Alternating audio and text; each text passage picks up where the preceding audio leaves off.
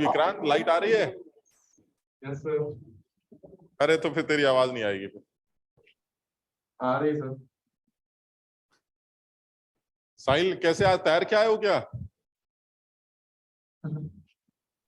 आवाज आ रही है मेरी? हाँ आवाज आ रही है। साहिल बारिश खत्म हो गई भाई? Yes sir.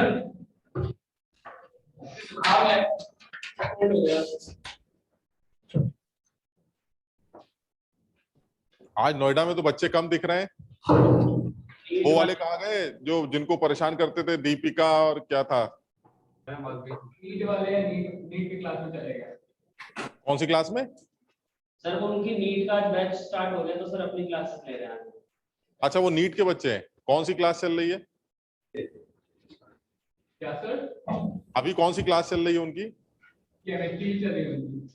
अभी भी केमिस्ट्री चल रही है? हाँ, कर ले रहे हैं। अच्छा तो हम लोग कहाँ पर थे भाई? सर हम तो इसी क्लास में। नहीं लास्ट क्लास में क्या किया था? सर लास्ट क्लास में वो सर आए थे, उन्होंने मोल कॉन्सेप्ट के कुछ क्वेश्चन करवाए थे। अच्छा ठीक। नॉर्मलिटी तो नॉर्मलिटी तो पढ़ा नहीं है अभी। हाँ सर वॉल्यूम वगैरह की सारे नॉर्मलिटी के थे क्या? लगभग सारे थे। अरे तो वो तो इक्विवेलेंट कॉन्सेप्ट था, वो तो अभी पढ़ना ही नहीं है, उसमें तो एन फैक्टर वगैरह आ रहा होगा। कोई तो नहीं कर पाया सर। तो खैर हम अपना शुरू करते हैं, हमें जिस सीक्वेंस में करना है उसी सीक्वेंस में करते हैं। तो हमने मोल कॉन्सेप्ट, हमने अपना मोल कॉन्सेप्ट 1 कर लिया था। मोल कॉन्सेप्ट 1 में मोलारिटी के टर्म्स थे, मोलालिटी के टर्म्स थे, ये नॉर्मलिटी का टर्म कहीं नहीं आया। इसलिए नहीं आया था क्योंकि हमने अभी इक्विवेलेंट्स पढ़े ही नहीं है। अब आपने अगर इक्विवेलेंट्स के सवाल करने शुरू कर दिए तो इक्विवेलेंट्स तो आप कर ही नहीं पाएंगे क्योंकि आपको एन फैक्टर तक तो निकालना आता नहीं। तो हम सबसे पहले इसी बात पे करते हैं, इस चीज को अपने हिसाब से शुरू करते हैं। नॉर्मलिटी नहीं पढ़ रहे अभी हम ये चीज शुरू कर रहे हैं कि जो अब तक हमने किया है वो ये किया हुआ था अब तक कि आपके पास जो सवाल अब तक हमने किए उसमें अब तक हमें क्या मिलते थे? मोल्स। ठीक, चाहे डायरेक्ट हो चाहे इनडायरेक्ट हो, किसी भी रिएक्शन की क्वांटिटेटिव एनालिसिस करने के लिए हमें पहले रिएक्टेंट्स के मोल्स गिवन होते थे। उनके बाद क्या करते थे? उसके बाद सर हम मोल्स लेने के बाद जो है वो मोल कॉन्सेप्ट अप्लाई क्या करते थे। मोल कॉन्सेप्ट क्या कहता था? मोल कॉन्सेप्ट ये कहता था कि देखिए ऐसा है, अगर आपके पास एक बैलेंस केमिकल इक्वेशन होगी तो आपको सीधे सीधे उस रिएक्शन को पढ़ना पड़ेगा। अब आप पढ़ लीजिएगा, मेरे 1 मोल आपके 2 मोल, उसके बाद लिमिटिंग रिएजेंट निकालिएगा, लिमिटिंग रिएजेंट निकालने के बाद प्रोडक्ट की एनालिसिस किया करिएगा और आपको रिजल्ट मिल जाएगा। यानी अब तक जो आपने चैप्टर पढ़ा है उस चैप्टर का पूरा सार ये है कि आपको डायरेक्ट या इनडायरेक्ट वे में मोल्स गिवन होंगे, उन मोल्स को यूज किया जाएगा, उन मोल्स को यूज करके आप मोल कॉन्सेप्ट अप्लाई करेंगे। मोल कॉन्सेप्ट क्या कहता था कि रिएक्शंस जब होती हैं तो 2 लोग आपस में या 2 से ज्यादा लोग जब आपस में रिएक्ट करते हैं तो लिमिटिंग रिएजेंट को कैलकुलेट किया जाता है और प्रोडक्ट की एनालिसिस करके रिजल्ट निकाले जाते थे। ये काम हमने अब तक किया। ठीक, इसमें और भी बातें आई थी, तुमने देखा था, लेकिन ये काम हम कर चुके हैं। अब दिक्कत क्या है? इस काम को करने के लिए यानी किसी भी रिएक्शन की क्वांटिटेटिव एनालिसिस करने के लिए आपको ये कॉन्सेप्ट यूज करना पड़ता था और इस कॉन्सेप्ट की जो सबसे पहली रिक्वायरमेंट है वो इक्वेशन। यानी ये कॉन्सेप्ट आप तभी अप्लाई कर सकते थे जब आपके पास इक्वेशन होती। अगर इक्वेशन होगी तो आप उसको बैलेंस कर लेंगे, बैलेंस जब कर लेंगे तो बैलेंस करने के बाद आप जो है एनालिसिस स्टार्ट कर देंगे जिससे आपका रिजल्ट आ जाएगा। लेकिन उसके लिए फिर क्या बोला गया है? उसके लिए बोला गया है कि आपके पास जो है वो इक्वेशन का होना जरूरी। अब या तो सवाल ऐसा हो जिसकी इक्वेशन बहुत आसान हो, वो ना दे हमें चलेगा। जैसे नाइट्रोजन और हाइड्रोजन के मिलने से अमोनिया बन रही है, बताइए नाइट्रोजन के 5 मोल हैं, हाइड्रोजन के 12 मोल हैं, तो अमोनिया के कितने मोल बनेंगे? तो मस्त आपने रिएक्शन लिखी, बैलेंस कर लिया, बैलेंस करने के बाद लिमिटिंग रिएजेंट निकाला और लिमिटिंग रिएजेंट निकाल के आपने बता दिया कि अमोनिया कितना बनेगा। तो सर इसमें तो रिएक्शन गिवन नहीं है, कोई बात नहीं, हम खुद लिख लेंगे। इसी तरह से कैल्शियम कार्बोनेट में आग लगाई जा रही है, क्या CO2 बनेगी? अरे सर हम खुद लिख लेंगे। लेकिन अगर मान लीजिए कोई बहुत ही उल्टा सीधा सवाल आ गया जिसकी इक्वेशन हमें नहीं आती, तो वो इक्वेशन अब तक जो हमने किया वो इक्वेशन हमें दे देता। यानी अब तक हम इस तरह से अपने आंसर्स तक इसलिए पहुंच पाते थे क्योंकि हमें ये बीज का इस्तेमाल करना आता था। और ये बीज का इस्तेमाल क्या था? इस बीज के इस्तेमाल में मेरे पास एक इक्वेशन हुआ करती थी, डायरेक्ट या इनडायरेक्ट वे में। अगर वो इक्वेशन सिंपल है तो मैं खुद लिख लेता था, अगर उल्टी सीधी हुई तो वो सवाल में दे देता था और मैं एनालिसिस करके अपना रिजल्ट तक पहुंच जाता था। बताओ ये वाली बात सब लोगों को समझ में आ रही है? क्या चल रहा था?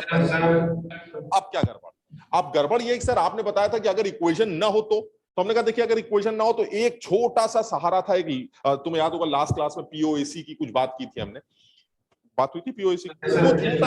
छोटा सा एक सहारा था कि बड़ा मतलब एकदम से आपको बताया जाएगा कि आप पीओईसी लगा सकते हैं क्योंकि ऐसा है ऐसा है। तो मैंने बताया था वो भी एक कभी कभी इस्तेमाल करने लायक चीज तो है। बिना इक्वेशन के भी आप किसी एटम पर कंजर्वेशन अप्लाई करके आप उसको एनालिसिस, प्रोडक्ट के एनालिसिस कर सकते हैं। लेकिन वो तो ठीक है, कभी कभार वाली बात है। बहुत ज्यादा डिटेल में इंफॉर्मेशन दी जाएगी कि जिस एटम को आप ऑब्जर्व कर रहे हैं वो एटम सारा का सारा आगे चला गया, आगे जाने के बाद वो कहां कहां गया ये भी दिखाई दे रहा है, तब तो आप पीओईसी के बारे में सोच सकते हैं, अदरवाइज पीओईसी नहीं लगा सकते। यानी मेरा मानना यह है कि अगर आप ये वाला कॉन्सेप्ट यूज नहीं कर पा रहे हैं due to lack of chemical equation, तो अब आप यहां से लेके यहां तक नहीं पहुंच पाएंगे क्योंकि बीच का रास्ता बंद है। बताओ मेरी बात समझ रहे हो? वो पीओईसी को हटा देते हैं। पीओईसी तो बड़ा यूनिक है, कहीं कहां लग गया तो लग गया, अदरवाइज कहीं नहीं लगता। तो इसका मतलब ये हुआ कि आपको सवालों में रिएक्टेंट्स के मोल्स गिवन होंगे, आपको प्रोडक्ट रिजल्ट तक पहुंचना पड़ेगा। उसके लिए आपके पास जो रास्ता था वो ये वाला रास्ता था। ये रास्ता तब तक एप्लीकेबल होगा जब तक आपके पास केमिकल इक्वेशन होगी। बैलेंसिंग की दिक्कत नहीं है, बैलेंसिंग हम खुद कर लेंगे। आप इक्वेशन दे दीजिएगा, बैलेंसिंग की प्रॉब्लम नहीं है। हमें दिक्कत ये कि इक्वेशन हमें ना आती है ना आपने दी है। आयरन ऑक्सिलेट जो है वो KMnO4 के साथ एसिडिक मीडियम में रिएक्ट कर रहा है, लिख लीजिए इक्वेशन। अरे सर इतने पढ़े लिखे तो है ना कि सारी रिएक्शन। और सबसे बड़ी बात क्या है कि रिएक्शन तब बैलेंस की जाती है जब पूरी रिएक्शन लिखी हो। मतलब मान लो मैं तुमसे ये कहूं कि भाई ये एक रिएक्शन है, ऐसे समझाने के लिए बोल रहे हैं। मान लीजिए ये एक रिएक्शन है, FeC2O4 KMnO4 से रिएक्ट कर रहा है, एसिडिक मीडियम है। और मान लीजिए मैं आपको बता दूं कि Fe+3 बनेगा, CO2 बनेगा, Mn+2 बनेगा। मान लीजिए मैंने आपको बता दिया। अब ये बताइए क्या इतनी इंफॉर्मेशन से आप रिएक्शन को बैलेंस कर सकते हैं? क्या ये बैलेंस हो सकती है रिएक्शन? सवाल ही नहीं उठता सर। रिएक्शन को बैलेंस करने के लिए पूरा ड्रामा चाहिए होता है। पूरी रिएक्शन कायदे से लिख के दीजिएगा। जब पूरी रिएक्शन कायदे से लिखी होगी तब आप उस रिएक्शन को बैलेंस कर पाएंगे, अदरवाइज रिएक्शन बैलेंस नहीं हो सकती। इतनी इंफॉर्मेशन से भी रिएक्शन को बैलेंस नहीं किया जा सकता। तो इसका मतलब ये हुआ कि सर ये अप्लाई तभी हो सकता है जब हमारे पास रिएक्शन आपने दी नहीं, आती है नहीं, हम कर नहीं सकते, इतनी उल्टी सीधी रिएक्शन को याद नहीं कर सकते, तो फिर ये इस तरह के सवाल कैसे सॉल्व किए जाएंगे? जैसे मान लो अगर मैं तुमसे कहूं कि आयरन ऑक्सिलेट के कितने मोल खर्च होंगे KMnO4 के साथ रिएक्ट करने में अगर KMnO4 का 1 मोल लिया जाए एसिडिक मीडियम। अब आप ये बताइए अगर मैं KMnO4 का 1 मोल ले लूं और इस आयरन ऑक्सिलेट के कितने मोल खर्च हुए ये आपसे पूछूं सपोज, ठीक, तो आप ये सवाल कर सकते हैं। सिर्फ ये तब कर सकते हैं जब मैं आपको ये लिख के दे दूं कि यहां 5 आएगा और यहां 3 आएगा। मान लीजिए मैंने लिख दिया, बैलेंस करके दे दिया कि यहां 5 है और यहां 3। अब आप बता सकते हैं कि KMnO4 का 1 मोल लिया जाता तो कितने मोल आयरन ऑक्सिलेट खर्च होता? Yes sir. जब 3 मोल होते तो 5 मोल खर्च होते, 1 मोल होता तो 5/3 खर्च होता। एक ही मोल आपने लिया है तो 5/3 मोल खर्च होगा। कैसे कर लिया सर? क्योंकि बैलेंस दे दिया ना, क्योंकि बैलेंस इक्वेशन है, सॉल्व कर लिया। मुझे पूरी बैलेंसिंग से मतलब नहीं, आपने सिर्फ इतना बता दिया कि यहां 5 आएगा यहां 3 आएगा, मेरा काम चल गया। लेकिन ये काम भी सिर्फ तभी चला क्योंकि आपके पास इक्वेशन थी, आपने बैलेंस करके मुझे बताई थी। अदरवाइज ये सवाल मेरे पास का नहीं है, क्योंकि मैं ये एनालिसिस नहीं कर सकता कि KMnO4 का 1 मोल आयरन ऑक्सिलेट के कितने मोल खर्च करेगा। जब तक मुझे यहां 3 और यहां 5 लिखा ना मिले मैं ये सवाल नहीं कर सकता। ठीक, अच्छा मान लो, देखो मैं तुम्हें इसलिए ये बात बता रहा हूं क्योंकि ये जो टॉपिक हम स्टार्ट कर रहे हैं टॉपिक मुश्किल टॉपिक्स में आता है। इनफैक्ट फिजिकल केमिस्ट्री के ऑलमोस्ट सबसे मुश्किल टॉपिक में काउंट किया जाता है। ठीक, तो इसका मतलब ये हुआ कि तुम्हें पहले से इस बात का अंदाजा तो होना चाहिए कि अब सीखने में तकलीफ होगी, है ना। अब सीखने में तकलीफ होगी तो कम से कम तुम्हें फायदा दिखना चाहिए कि भाई चलो तकलीफ ले लेंगे लेकिन फायदा क्या है? फायदा यह है कि मैं यहां पर ना 5 लिखूंगा, ना यहां पर हम 5 लिखेंगे, ना यहां पर 3 लिखेंगे, ना यहां 5 आएगा ना यहां 3 आएगा। अब यहां कुछ नहीं आएगा, ठीक, अरे तो यहां ना 5 आएगा ना यहां 3 आएगा, फिर भी ये आपका KMnO4 ये रिएक्शन ना 5 आएगा ना 3 आएगा। लेकिन मैं आपको ये बता सकता हूं कि KMnO4 का जो 1 मोल अगर आपने लिया तो आयरन ऑक्सिलेट के, अभी कितना आंसर आया था? 5/3 और 3/5। अब 3 मोल 5 से करता है, हाँ नहीं कितना आया था? 5/3 5/3। अभी जो आंसर जो भी आया था 5/3 मोल। ये बिना इक्वेशन जाने, बिना कुछ जाने मैं इस सवाल का आंसर 5/3 निकाल के दिखा सकता हूं। मुझे इक्वेशन नहीं आती, मुझे बैलेंसिंग नहीं आती, मैं कुछ नहीं जानता, ना पीओईसी लगा रहा हूं, कुछ नहीं लगा रहा, लेकिन फिर भी मैं तुम्हें बता सकता हूं कि KMnO4 का 1 मोल आयरन ऑक्सिलेट के 5/3 मोल से रिएक्ट करेगा। अब तुम ये बताओ, तुम्हें लगता है फिर ये चीज इंपॉर्टेंट हो गई कि भाई बिना रिएक्शन जाने, बिना कुछ ड्रामेबाजी आप रिएक्शंस की एनालिसिस कर पा रहे हैं? ये चीज तो इसका मतलब ये हुआ कि ये इंपॉर्टेंट इन द सेंस कि आप बिना कुछ किए यहां तक अगर निकाल पा रहे हैं कि KMnO4 के कितने मोल आयरन ऑक्सिलेट के कितने मोल से रिएक्ट करेंगे बिना रिएक्शन जाने, बिना बैलेंसिंग किए, तो फिर इसका मतलब ये हुआ सर ये चीज इंपॉर्टेंट है। इसको सीखने में क्योंकि काम की चीज लगती है, इसको सीखने में थोड़ा सा टाइम लग सकता है लेकिन ये इंपॉर्टेंट। अब ये मैं इसलिए बोल रहा हूं क्योंकि तुम्हें ये चीज क्लैरिटी आनी चाहिए कि भाई तुम जैसे बता रहे हो लास्ट क्लास में तुम लोगों ने कुछ कुछ सवाल भी किए थे, तो कुछ इसी टाइप के सवाल ना हो। समझ लो कि दो लोग आपस में रिएक्ट कर रहे हैं, एक की नॉर्मेलिटी दे रखा है, एक का वॉल्यूम दे रखा है, एक की मोलारिटी दे रखी है, एक की वॉल्यूम दे रखी है, कहीं n1v1 बराबर n2v2 चल रहा है, कहीं कुछ चल रहा है, कुछ चल रहा है, लेकिन उसमें यार बड़ी इंपॉर्टेंट चीजें थी जो मिस हो गई। मतलब अभी अभी तुमने पढ़ी नहीं है तो तुम्हें मुझे लगता है कल के सवाल तुम्हें समझ में आए होंगे, लेकिन एक बार हम वो चीज पढ़ लेते हैं तब तुम्हें लगेगा कि नहीं यार ये कॉन्सेप्ट अगर समझ में आ जाता तो ये बड़ा ही आसान कॉन्सेप्ट माना जाता है, लेकिन इसको समझने में तकलीफ होती। तकलीफ तब कम होगी जब तुम्हें यह समझ में आ जाए कि तुम किस रास्ते चल रहे हो और तुम्हें यह समझ में आ जाए कि तुम्हें कितना बड़ा फायदा मिलने वाला। ठीक, कि बिना रिएक्शन के, बिना कुछ जाने आपको सिर्फ यह सवाल पूछा जाएगा कि आयरन ऑक्सलेट के कितने मोल खर्च होंगे KMnO4 के 1 मोल के साथ रिएक्ट करने में एसिडिक मीडियम में। ये जो मैंने अभी एक लाइन बोली है ना, या आईटी में पूछा गया सवाल, या आईटी में यही सवाल पूछा गया था जो मैंने तुमसे एक लाइन में पूछ लिया, यही सवाल था। लेकिन अब सोचो जिस बच्चों को ये ना समझ में आए कि यार हम ये कर सकते हैं, हमें इक्वेशन बता दो, इक्वेशन नहीं बताई गई, हम लिख लेते हैं, लिख नहीं सकते, तो ये सवाल हो ही नहीं सकता। लेकिन सोचो कोई आदमी इसको चुटकियों में कर दे, बिना पेन उठाए इसको कर दे, लेकिन उसके लिए उसको कुछ ऐसी चीजें पता होनी चाहिए जो इस चैप्टर में सीखी जाती। मेरे हिसाब से ये सेकंड चैप्टर कंसीडर किया जाए, this is mole concept 2, that is equivalent concept. अब ये है क्या, हम इस बारे में बात करते हैं। क्या ये मानते हो कि सवाल तुम जो अभी मैंने तुमको सवाल बोला था, तुम बताओ उस सवाल में भी मैंने शुरुआत कहां से की? मोल से ही तो की थी। KMnO4 के 1 मोल कितने मोल से रिएक्ट करेंगे, यही सवाल था मेरा। यानी शुरुआत तो यहीं से होगी, आज भी यहीं से शुरू करेगा, वो मोल से शुरू करेगा। लेकिन सर यहां कैसे पहुंचेंगे? इसके लिए तो ये चाहिए और इसके लिए रिएक्शन चाहिए। रिएक्शन आपने दी नहीं, आती मुझे है नहीं, तो मैं सवाल कैसे सॉल्व करूंगा? एक काम करते हैं, इस रिजल्ट तक पहुंचने के लिए यहां से शुरू करते हैं, लेकिन रास्ता बदल देते हैं। बस वो नया रास्ता ही नया चैप्टर। रास्ता क्या? हम सर मोल से ही शुरू करेंगे, लेकिन एक फर्क, मोल को कन्वर्ट करेंगे इक्विवेलेंट्स में। अब तुम ये मत सोचना कि कैसे करेंगे, यही सीखना है बस। मोल्स को कन्वर्ट करेंगे सर उस सब्सटेंस के इक्विवेलेंट्स में, और इक्विवेलेंट्स में कन्वर्ट करने के बाद एक नया कॉन्सेप्ट सीखना होगा जिसको इक्विवेलेंट कॉन्सेप्ट कहा जाता है। This is equivalent concept. एक नया कॉन्सेप्ट सीखा जाए जिसको इक्विवेलेंट कॉन्सेप्ट कहा जाता है, और एक बार ये इक्विवेलेंट कॉन्सेप्ट सीख ले तो फटाफट रिजल्ट निकल के आएंगे, और ये बिल्कुल वही रिजल्ट होंगे जो पहले निकल के आते थे जब आप बैलेंस केमिकल इक्वेशन से सवाल किया करते। अब समझ लीजिए, अब ये नया चैप्टर करना क्या जा रहा है। ये नया चैप्टर आपसे कह रहा है कि शुरुआत आपकी आज भी यहीं से होनी है। ऐसा नहीं कि आपको कोई नया रास्ता दिखा दिया जाए, शुरुआत आपकी आज भी मोल से ही होगी। अब दो रास्ते, या तो रिजल्ट तक जाने के लिए आप ये वाला रास्ता चूज कर लीजिए, लेकिन इस रास्ते पर आने के लिए आपको कम से कम ये कॉन्सेप्ट लगाना पड़ेगा, और ये कॉन्सेप्ट सिर्फ तभी लग सकता है जब आपके पास एक केमिकल इक्वेशन हो। बैलेंस हम कर लेंगे, हमें बैलेंस केमिकल इक्वेशन चाहिए, तो एटलीस्ट केमिकल इक्वेशन हो। आप दे देंगे तो ठीक है, नहीं तो मैं खुद लिख लूंगा, और अगर कहीं उल्टी सीधी हुई तो मैं भी नहीं लिख पाऊंगा, फिर ये सवाल इस रास्ते से सॉल्व नहीं होगा, बात खत्म। तो फिर नया रास्ता निकाला जाएगा। नया रास्ता क्या है सर? यहां से चलना है, यहां तक पहुंचना है। एक काम करते हैं, ऐसे पहुंच जाते हैं। ऐसे कैसे पहुंचेंगे? मोल से इक्विवेलेंट्स में आएंगे, इक्विवेलेंट से ये नया कॉन्सेप्ट यूज करेंगे, और उसके बाद रिजल्ट कैलकुलेट कर लेंगे। अब तुम ये बताओ, इस पूरे चैप्टर में तुम्हें सीखना क्या? क्या आज भी इस सीखने में तुम्हें टाइम लगता है कि मोल कैसे निकलते हैं? नहीं, तो वो तो वेट जो भी दे देंगे मोल निकाल। क्या मोल देने के तरीके तुम्हें पता है? हाँ सर, आप वेट दे दीजिएगा, मोल मिल जाएंगे। ठीक, नंबर ऑफ मॉलिक्यूल्स दे दीजिएगा, मोल मिल जाएंगे। Yes sir. आप मुझे और कोई तरीका मोल निकालने का, एसटीपी पर अगर कोई गैस है तो एसटीपी पर गैस का वॉल्यूम दे दीजिएगा, मोल मिल जाएंगे।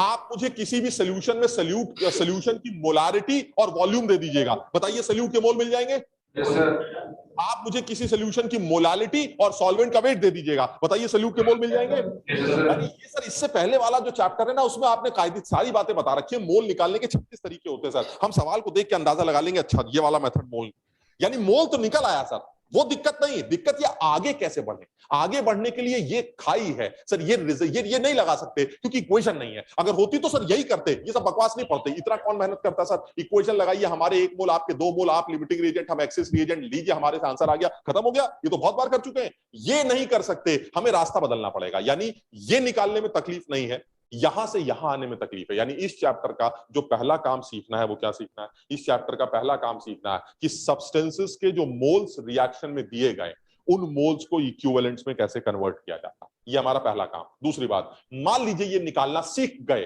तो क्या करना है? फिर ये क्या बला, ये क्या नई चीज आपने लिख दी, नया कॉन्सेप्ट लगेगा, चलिए ये तो निकाल लिया, ये कौन सा कॉन्सेप्ट है, फिर इसको सीखना पड़ेगा और उसके बाद सुकून से रिजल्ट निकलेगा। इसका मतलब इस पूरे खेल में दो बातें सीखनी, मोल्स को इक्विवेलेंट्स में कैसे कन्वर्ट करेंगे, और इक्विवेलेंट सीखने के बाद ये क्या नाटक है जिसको सीखना पड़ेगा। और मैं तुम्हें बताऊं, तुम्हें हो सकता है ये नाम से कुछ डरावना सा कुछ लगता हो, ये जो तुम सीखोगे ना वो इससे भी ज्यादा आसान, 100 टाइम ज्यादा आसान है ये। इसमें कुछ करना ही नहीं है, इक्वेशन तो है नहीं, तो लिमिटिंग शिमिटिंग का ड्रामा ही नहीं होता, ये तो बिल्कुल एक लाइन का स्टेटमेंट होता है, बस कुछ नहीं करना। यानी ये तकलीफ नहीं है, तकलीफ ये है कि यहां से यहां कैसे आते हैं, बस ये सीख लेते हैं, उसके बाद इसके ऊपर थोड़े थोड़े घुमाव बातें करेंगे, बात खत्म। अब इस पूरे चैप्टर में जो हमें सीखना है वो लिख देते हैं और यहीं से शुरू करते हैं। मुझे इस मोल से इस इक्विवेलेंट तक आने के लिए ये जो ब्रिज दिया गया है, इस ब्रिज का नाम ज्यादातर किताबों में एन फैक्टर लिखा जाता है, कुछ जगहों पर इसको जेड फैक्टर भी लिख दिया जाता है, कुछ किताबों में इसको वैलेंसी फैक्टर के नाम से भी जाना जाता है। हमारे मास्टर ने इसका नाम समथिंग रखा था, समथिंग। कुछ टीचर इसको एनीथिंग नाम से भी जानते हैं। ये सब उल्टी सीधी बकवासबाजी है। किताबें जो ज्यादातर कहती हैं वो क्या कहती हैं, या तो आप एन फैक्टर वर्ड यूज करिए या वैलेंसी फैक्टर वर्ड यूज करिए। ये जो जेड फैक्टर है या ये जो समथिंग है, ये जो एनीथिंग है, ये जो अब ये सब नाम, ये कुछ कुछ है, यानी ये कुछ है। मोल्स को इक्विवेलेंट्स में कन्वर्ट करने के लिए आपको कुछ चाहिए, वो कुछ क्या है वो सीखना। आप इसको एन फैक्टर का नाम दे सकते हैं, ज्यादातर बुक्स में इसको एन फैक्टर का नाम दिया गया, कुछ किताबों में इसको वैलेंसी फैक्टर का नाम दिया गया। तो एटलीस्ट ये दो नाम जो सबसे ज्यादा कॉमन है, n factor, valency factor, z factor, anything, something. समझ लो बात को। हमारे टीचर में बार बार, हमें याद आ रहा है जब हम पढ़ते थे तो हमारे मास्टर ने इसको बार बार जो है वो समथिंग समथिंग करा करते थे। इस मॉलिक्यूल का समथिंग क्या होगा, इस सब्सटेंस का समथिंग क्या होगा, ये तो समझ लो, तो बोलने वाला तरीका। हमें वो कुछ क्या है वो पता करना है। तो अलग अलग सब्सटेंसेस के लिए ये एन फैक्टर कैसे कैलकुलेट किए जाते हैं पहले वो देखना है। जैसे ही एन फैक्टर निकल के आएगा, मुझे मोल्स को इक्विवेलेंट्स में कन्वर्ट करना आ जाएगा, क्योंकि हम ये जानते हैं कि अगर हमें मोल्स को इक्विवेलेंट्स में कन्वर्ट करना है तो इक्विवेलेंट्स किसी भी सब्सटेंस के निकालने के लिए, इक्विवेलेंट्स किसी भी सब्सटेंस के निकालने के लिए उसके मोल्स को उसके एन फैक्टर से मल्टीप्लाई करना पड़ता है। यानी मोल्स को एन फैक्टर से अगर मल्टीप्लाई कर दिया जाए तो उस सब्सटेंस के इक्विवेलेंट्स मिल जाएंगे। ये काम करना। तो अभी तुम यही कह रहे थे ना कि सर हम मोल्स निकालने जानते हैं, हमें यहां कैसे जाना है, तो मैंने तुम्हें बता दिया। अगर तुम्हें उस आदमी के एन फैक्टर की आइडिया लग गई तो तुम एन फैक्टर से, उस आदमी के एन फैक्टर से उसके मोल को मल्टीप्लाई कर देना, तुम्हें उसके इक्विवेलेंट्स मिल जाएंगे। और जैसे ही इक्विवेलेंट्स मिलेंगे, फटाक से ये कॉन्सेप्ट लगा देना, कॉन्सेप्ट लगाते ही तुम्हें रिजल्ट मिल जाएगा। और ये कॉन्सेप्ट बहुत आसान कॉन्सेप्ट। देखो, डरा नहीं रहे, लेकिन फिर भी यही बोलेंगे, फिजिकल केमिस्ट्री के सबसे मुश्किल चैप्टर में काउंट किया जाता है। एक ये चैप्टर हो गया, एक आयनिक इक्विलिब्रियम बच्चों को थोड़ा सा तकलीफ देता है, थोड़ा सा थर्मोडायनेमिक्स होता है जो बच्चों को तकलीफ देता है। तो ये चीजें ऐसी हैं जिसमें अगर थोड़ा सा जोर लगा दोगे तो समझ में आएगा। हाँ भाई, नोएडा वाले चारों पुरुष जो बैठे हैं उनको समझ में आ रहा है? Yes sir. और कोई आए दाएं बाएं तो नहीं बैठा है कोई और बच्चा जो दिखाई नहीं दे रहा, फ्रेम के बाहर है? No sir. हाँ,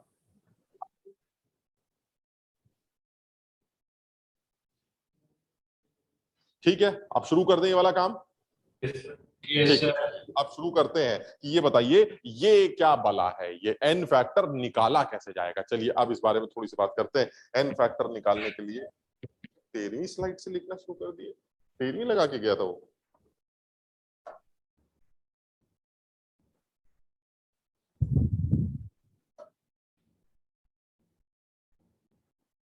अब नया खोलना पड़ेगा, एक एक मिनट रुकना यार जरा।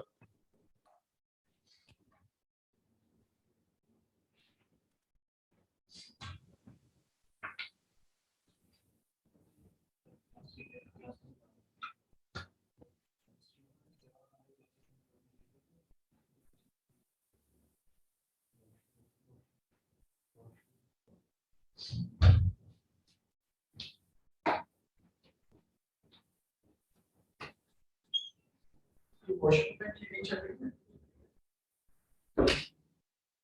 है। वापस आ रहा है।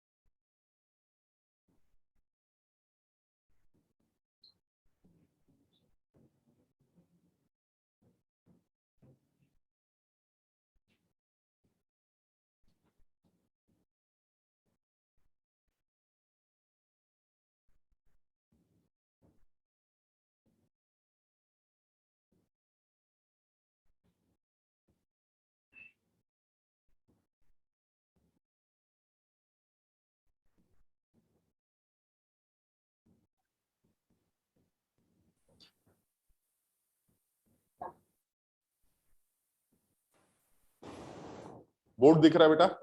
Yes sir. ठीक है, तो चलो अब हमें ये डिसाइड करना है कि हमें इक्विवेलेंट्स कैसे निकालने हैं। दैट मींस मुझे सबसे पहले ये सीखना है कि ये n फैक्टर कैलकुलेशंस कैसे। तो सबसे पहले हेडिंग डाल लेते हैं फैक्टर। अब ये बताओ, जनरली जो रिएक्शंस होती हैं, बहुत ज्यादा सीधी सीधी बात पूछ रहे हैं सब, फिर गंदगी तो फैलेगी, तुम्हें पता ही है। सीधी सीधी बात पूछ रहे हैं, जनरली जो रिएक्शंस होती हैं उन रिएक्शंस में, ये n स्मॉल होता है, उन रिएक्शंस में किस तरह के सब्सटेंसेस इन्वॉल्व होते हैं जनरली केमिकल रिएक्शंस की अगर बात करें तो? सर मैंने देखा है एसिड होते हैं, कुछ लोग बेस भी होते हैं और ज्यादातर सॉल्ट्स भी होते हैं। तो जनरली जो समझ में आता है वो ये कि किसी भी केमिकल रिएक्शन में एसिड का इन्वॉल्वमेंट हो सकता है, बेस का इन्वॉल्वमेंट हो सकता है, या किसी सॉल्ट का इन्वॉल्वमेंट हो सकता है। तो मेनली ये तीन लोग हैं जो किसी भी रिएक्शन में रोल प्ले करते हैं। तो चलिए एक काम करते हैं, एक एक करके इन तीनों तरह के लोगों का एन फैक्टर निकालना सीखते हैं। ठीक, तो सबसे पहले हम जो सीखने जा रहे हैं वो है एसिड्स का एन फैक्टर कैसे निकाला जाता है, यानी n factor of acids. Acids का एन फैक्टर निकालने का क्या तरीका? कोई बताएगा? किसी को कुछ याद आ रहा हो कुछ एन फैक्टर निकालने का तरीका एसिड का? Number of oxygen atoms.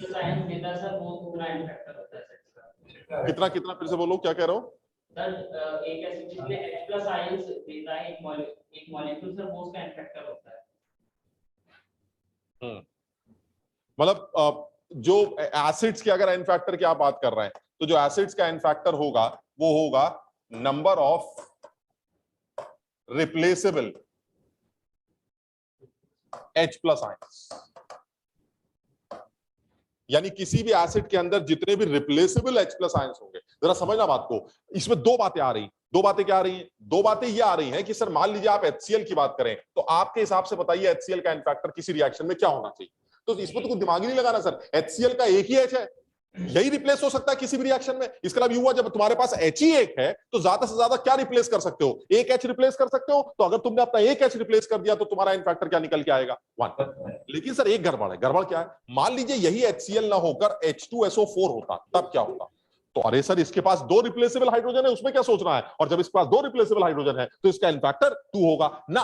2 होगा तब जब ये दोनों H रिप्लेस करवाएगा, क्योंकि इसके पास 2 H है, हो सकता है वो एक ही H रिप्लेस करवाए, और अगर वो एक ही H रिप्लेस करवाता है तो इसका एन फैक्टर 1 भी हो सकता है और इसका एन फैक्टर 2 भी हो सकता है। अब तुम्हारे सामने ये रिएक्शन लिख के दिखाता हूं। ये देखिए आप, ये H2SO4 ले लेते हैं और ये H2SO4 as an acid NaOH के साथ रिएक्ट कर रहा है। क्या ये रिएक्शन पॉसिबल? जरा बताओ, NaHSO4 प्लस H2O, क्या ये हो सकता है? बिल्कुल हो सकता है सर। H2SO4 NaOH रिएक्ट कर रहा है, NaOH का अमाउंट जो है वो कम लिया गया होगा। अगर वो कम लिया गया है तो H2SO4 के पहले H को तो न्यूट्रलाइज कर देगा, दूसरे H को न्यूट्रलाइज नहीं कर पाएगा। इसके अलावा सर ये रिएक्शन बिल्कुल पॉसिबल है, और ये आपके पास एक बैलेंस केमिकल इक्वेशन जो आपने लिख के दे रखी है बिल्कुल क्लियर है। लेकिन H2SO4 ने सर, इसके पास दो रिप्लेसेबल H हैं, लेकिन उसने रिप्लेस तो यहां एक ही करवाया है। सोडियम ने कितने H को रिप्लेस किया? एक तो बचा हुआ है। इसका मतलब इस रिएक्शन में इसका एन फैक्टर क्या आ गया? 1। यानी H2SO4 एक ऐसा एसिड है जिसकी बेसिसिटी 2 होती, it basicity is 2 but the n factor is 1 और 2। दैट डिपेंड्स कि वो H2SO4 उस रिएक्शन में कितने H रिप्लेस करवा रहा है। यानी बेसिसिटी को कैसे डिफाइन करेंगे? बेसिसिटी का मतलब है मैक्सिमम रिप्लेसेबल जितने हो सकते हैं, दैट इज बेसिसिटी। लेकिन एन फैक्टर का मतलब क्या हुआ? एन फैक्टर का मतलब है अगर दो बेसिसिटी है मेरी तो मेरा एन फैक्टर 1 भी हो सकता है और मेरा एन फैक्टर 2 भी हो सकता है। वो डिपेंड करता है कि उस रिएक्शन में मेरे कितने H रिप्लेस हो रहा है। इसी तरह से अगर यही H2SO4 इस रिएक्शन में इन्वॉल्व होता जब वो NaOH के साथ रिएक्ट कर रहा हो, और मान लीजिए इस बार ये Na2SO4 बन रहा, अगर ऐसा होता तो सर इस बार तो आपने दोनों H रिप्लेस करवा दिए, और अगर आपने दोनों H रिप्लेस करवा दिए तो ऐसे में इस H2SO4 का एन फैक्टर इस रिएक्शन में 2 कंसीडर किया जाए। यानी मैं ये बताना चाह रहा हूं कि एसिड्स के सिर्फ H को देखकर एन फैक्टर डिसाइड नहीं होता, उस किसी पर्टिकुलर रिएक्शन में कितने H रिप्लेस हो रहे हैं ये पता होना चाहिए। अगर आपको ये पता चल जाए कि साहब का एक H रिप्लेस हो रहा है तो एन फैक्टर 1 होगा, 2 H रिप्लेस हो रहे हैं तो एन फैक्टर 2 होगा, 3 H रिप्लेस हो रहे हैं तो एन फैक्टर 3 होगा। यानी पर मोल जितने मोल इलेक्ट्रॉन्स, जितने मोल H+ रिप्लेस हो रहे हैं, that is the n factor of H2SO4 और किसी भी एसिड का। अब जैसे HCl है, HCl की बेसिसिटी क्या होती है? 1, क्योंकि एक ही H। इसका एन फैक्टर भी क्या होगा? 1, क्योंकि सर इसमें तो एक ही H है, रिप्लेस हुआ तो एक ही H रिप्लेस होगा। लेकिन H2SO4 की बेसिसिटी 2 होती है, बट इसका एन फैक्टर 1 या 2 में से कुछ भी हो सकता है। बिल्कुल उसी तरह से जैसे H3PO4 है, जल्दी से सोच के बताओ जरा, H3PO4 की बेसिसिटी कितनी है? 3। इसकी बेसिसिटी 3 है सर, इसके पास 3 रिप्लेसेबल हाइड्रोजन है। लेकिन क्या ये हो सकता है कि किसी रिएक्शन में सिर्फ एक H रिप्लेस हुआ हो सकता है, किसी रिएक्शन में 2, 3, कुछ भी हो सकता है। तो सर इसका फैक्टर 1 भी हो सकता है, 2 भी हो सकता है और 3 भी हो सकता है। यानी किसी रिएक्शन में H3PO4 के अगर आपने एक ही H को रिप्लेस करवाया, then factor of H3PO4 will be 1। In case of 2 H replace हुए तो 2, और अगर 3 H रिप्लेस हुए तो उसका फैक्टर 3 लिया जाएगा। जस्ट लाइक ऐसे ले लेते हैं, H3PO4 NaOH के साथ रिएक्ट कर रहा है और एक ही H रिप्लेस कर रहा है। देखो जरा, NaH2PO4 बना, बताओ एन फैक्टर कितना आया? 1। और अगर यही H3PO4 मान लीजिए किसी NaOH के साथ रिएक्ट कर रहा हो और इस बार उसका जो प्रोडक्ट है वो Na2HPO4 बना, अब बताओ एन फैक्टर कितना आया? 2। और कहीं ऐसा हो गया कि H3PO4 ने NaOH के एक्सिस के साथ रिएक्शन कर ली तो एक एक करके उसके सारे H रिप्लेस हो जाएंगे और Na3PO4 बन जाएगा, और ऐसे में इसका एन फैक्टर 3। यानी कहने का मतलब ये हुआ, जनरली बच्चों को ये मिसकंसेप्शन है जो छोटी क्लास में 11th में पढ़ाया जाता है या जिस तरह से स्कूल में बोल दिया जाता है कि यार जितनी एसिड की बेसिसिटी होती है वही उसका एन फैक्टर होता है। ऐसा बिल्कुल नहीं है। एसिड की बेसिसिटी वो उसका maximum n factor as an acid हो सकता है, लेकिन रिएक्शन टू रिएक्शन डिपेंड करेगा कि उस एसिड के कितने एच आप रिप्लेस कर रहे हैं। अगर आपको ये आइडिया लग जाए कि उस एसिड का एक ही एच रिप्लेस हो रहा है तो उसका एन फैक्टर 1, 2 या 3, 4 जो भी कुछ है वो उसके ऊपर डिपेंड करे। क्लियर है ये? Yes sir. अच्छा, अब इसी में एक बात और जोड़ना है।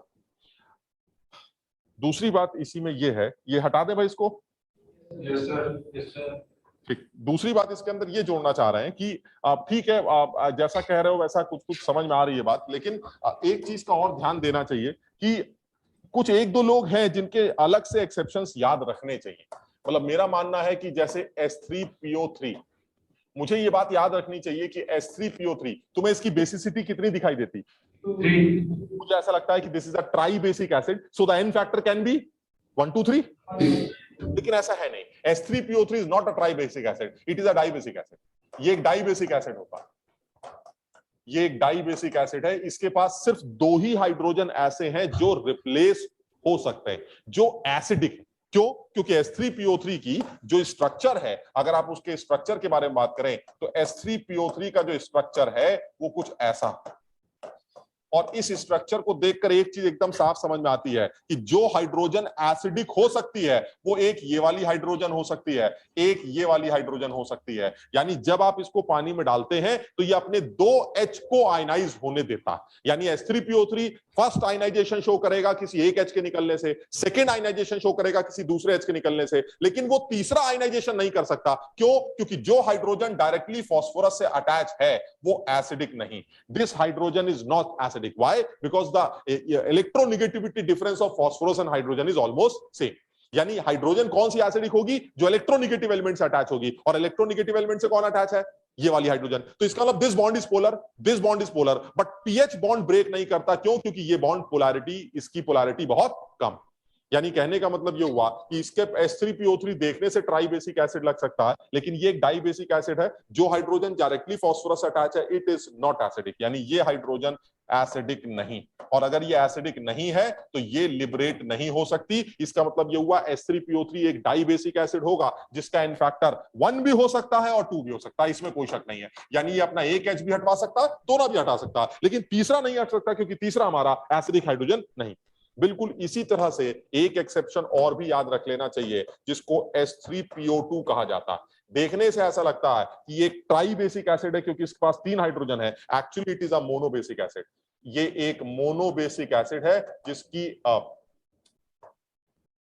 जिसके पास सिर्फ एक ही हाइड्रोजन ऐसा है जो रिप्लेसेबल, और ये बात भी इसकी शक्ल ही डिसाइड करती है। अगर आप H3PO2 की शक्ल बनाएं तो इसकी शक्ल कुछ ऐसी निकल के आती है जिसके पास सिर्फ एक हाइड्रोजन ऐसा है जो रिप्लेसेबल, क्योंकि 2 हाइड्रोजन ऐसे हैं जो डायरेक्टली फास्फोरस से अटैच हैं, और जो हाइड्रोजन डायरेक्टली फास्फोरस से अटैच हैं वो एसिडिक नहीं हो सकते। यानी इस कंपाउंड के पास सिर्फ एक हाइड्रोजन एसिडिक है, 2 हाइड्रोजन जो डायरेक्टली फास्फोरस से अटैच है वो एसिडिक हाइड्रोजन्स नहीं है, क्योंकि पीएच बॉन्ड की पोलैरिटी बहुत ही कम होती है, क्योंकि पीएच की नेगेटिविटी डिफरेंस काफी कम माना जाता है, जिसकी वजह से सिर्फ एक ही हाइड्रोजन रिप्लेस हो सकता है। इसलिए ये आदमी एक मोनोबेसिक एसिड है, और इसी वजह से इसका एन फैक्टर जब कभी भी कुछ निकल सकता हो एज एन एसिड वो सिर्फ 1 निकल सकता है। ये डाई बेसिक एसिड, ये अपना इनफैक्टर 1 2 3 में से कुछ और शो नहीं कर सकता। क्लियर है ये वाली बात? यानी मुझे ये 2 एक्सेप्शंस ध्यान रखने पड़ेंगे, साथ ही साथ एक तीसरा एक्सेप्शन जिस पर जेई सवाल पूछ चुका है उसके बारे में भी ध्यान रखना पड़ेगा। तो मैं तीसरा एक्सेप्शन भी लिख रहा हूं, तुम फटाफट इसको नोट कर लो और सिर्फ इतना मेंशन कर लेते हैं, this hydrogen is not acidic because it is directly attached with phosphorus and these 2 hydrogens are not acidic because they are directly attached with phosphorus. The hydrogen which is directly attached with oxygen it is acidic. तो इसका मतलब ये हुआ replace करने की बारी आएगी या पानी में आयनाइज होने की बारी आएगी तो ये एक H आयनाइज हो सकता है सर, पानी में ये एक H आयनाइज हो सकता है, ये एक H आयनाइज हो सकता है। इसके 2 डिसोसिएशन कांस्टेंट्स हो सकते हैं, K1 और K2, लेकिन तीसरा डिसोसिएशन कांस्टेंट इसका नहीं हो सकता। बात समझ रहे हो? यानी अगर तुम्हें थोड़ा बहुत याद होगा, अगर केमिकल इक्विलिब्रियम तुमने पढ़ा या आयनिक इक्विलिब्रियम तुमने पढ़ा होगा कि जो H3PO3 ये जब डिसोसिएट करेगा वाटर के अंदर तो सबसे पहले H2PO3 माइनस बनाएगा और एक H प्लस लिबरेट करेगा, और जो H2PO3 माइनस है ये फर्दर डिसोसिएट करके HPO3 2 माइनस बनाएगा और वो एक H प्लस और रिलीज करेगा। ये इसका फर्स्ट डिसोसिएशन कांस्टेंट होगा, ये इसका सेकंड डिसोसिएशन कांस्टेंट होगा। इसमें भी कोई शक नहीं है कि first dissociation constant second dissociation constant से काफी बड़ा होगा, क्योंकि पहला जो हाइड्रोजन निकाला जा रहा है वो एक न्यूट्रल आदमी से निकाला जा रहा है और जो दूसरा हाइड्रोजन निकाला जा रहा है वो एक निगेटिवली चार्ज एनायन से निकाला जा रहा है, जिसमें से H प्लस का निकल पाना मुश्किल माना जाएगा क्योंकि एनायन अपने अंदर से H प्लस को जाने नहीं देगा। इसलिए सेकंड डिसोसिएशन तो कमजोर है, फर्स्ट डिसोसिएशन रिलेटिवली अच्छा है, इसलिए K1 की वैल्यू K2 से हमेशा बड़ी। लेकिन कोई ये कहे कि सर अभी तो इसका एक H बचा हुआ, ये देखिए इस एक H को भी निकाल दीजिए, तो हम क्या जवाब देंगे? This hydrogen is not directly attached with phosphorus. अब ये तीसरा हाइड्रोजन लिबरेट नहीं करें। सब लोग समझ पा रहे हो मेरी बात को? इसी तरह से जब आप H3PO2 की बात करें तो H3PO2 वाटर के अंदर सिर्फ एक H लिबरेट कर सकता है, इसके बचे हुए दोनों हाइड्रोजन किसी भी सूरत में फास्फोरस से जो अटैच हैं वो पानी के अंदर निकल नहीं सकते, इसलिए ये एक मोनो बेसिक एसिड की कैटेगरी में डाला जाए। यानी जब कभी भी एसिड के एक और एक्सेप्शन है वो भी लिख देता हूं मैं, जब कभी भी किसी एसिड का इनफैक्टर पूछा जाएगा तो एक चीज क्लियर है, एसिड का n-factor replaceable H plus ion से निकाला जाता है। तुम्हारे पास कितने H है मुझे इससे मतलब नहीं है, कितने रिप्लेस हो रहे हैं उस रिएक्शन में मुझे इससे मतलब। यानी मुझे ये ध्यान रखना है कि अगर देखने से मुझे तुम्हारे पास 4 हाइड्रोजन दिखाई देते हैं तो तुम्हारा बेसिसिटी 4 हो सकता है, वो ठीक है, लेकिन अगर तुम्हारा एक ही H रिप्लेस हुआ रिएक्शन में देन इनफैक्टर विल बी 1। 2 निकल गए तो 2, 3 निकल गए तो 3 और चारों निकल गए तो 4। That means it depends reaction to reaction, किसी भी एसिड का इनफैक्टर रिएक्शन टू रिएक्शन बदल सकता है। कोई अगर ये कहे कि H2SO4 का इनफैक्टर हमेशा 2 होता है तो फॉल्स, उसका किसी रिएक्शन में इनफैक्टर 1 भी हो सकता है और किसी रिएक्शन में उसका इनफैक्टर 2 भी हो सकता है, क्योंकि H2SO4 एक डाई बेसिक एसिड। बताओ यहां तक समझ में आई बात? तीसरा जो हमारा केस बनता है, जो एक्सेप्शनल केस बनता है उसको भी ध्यान कर लेते हैं, जिस पर जेई सवाल बना भी चुका है। तीसरा केस बनता है बोरिक एसिड का, H3BO3। यानी जो थर्ड केस बनता है हमारा H3BO3 का, उसके बारे में बात कर लेते हैं। H3BO3, अब देखो इसमें भी देखने से क्या लगता है तुम्हें, ये कितने बेसिक एसिड लगता है? Mono basic, di basic, tri basic? देखने से ट्राई बेसिक लगता है सर, है ना, लेकिन आप स्ट्रक्चर बनाएंगे तो आइडिया लगेगा। तो चलो मैं स्ट्रक्चर भी बना के दिखा देता हूं। इसका जो स्ट्रक्चर होता है वो ये होता है BOH OH OH, this is H3BO। अब बताओ आप कितने बेसिक लगता है? अब तो ट्राई बेसिक लगता है सर, अब तो कोई झंझट ही नहीं है, सारे हाइड्रोजन ऑक्सीजन से लगे।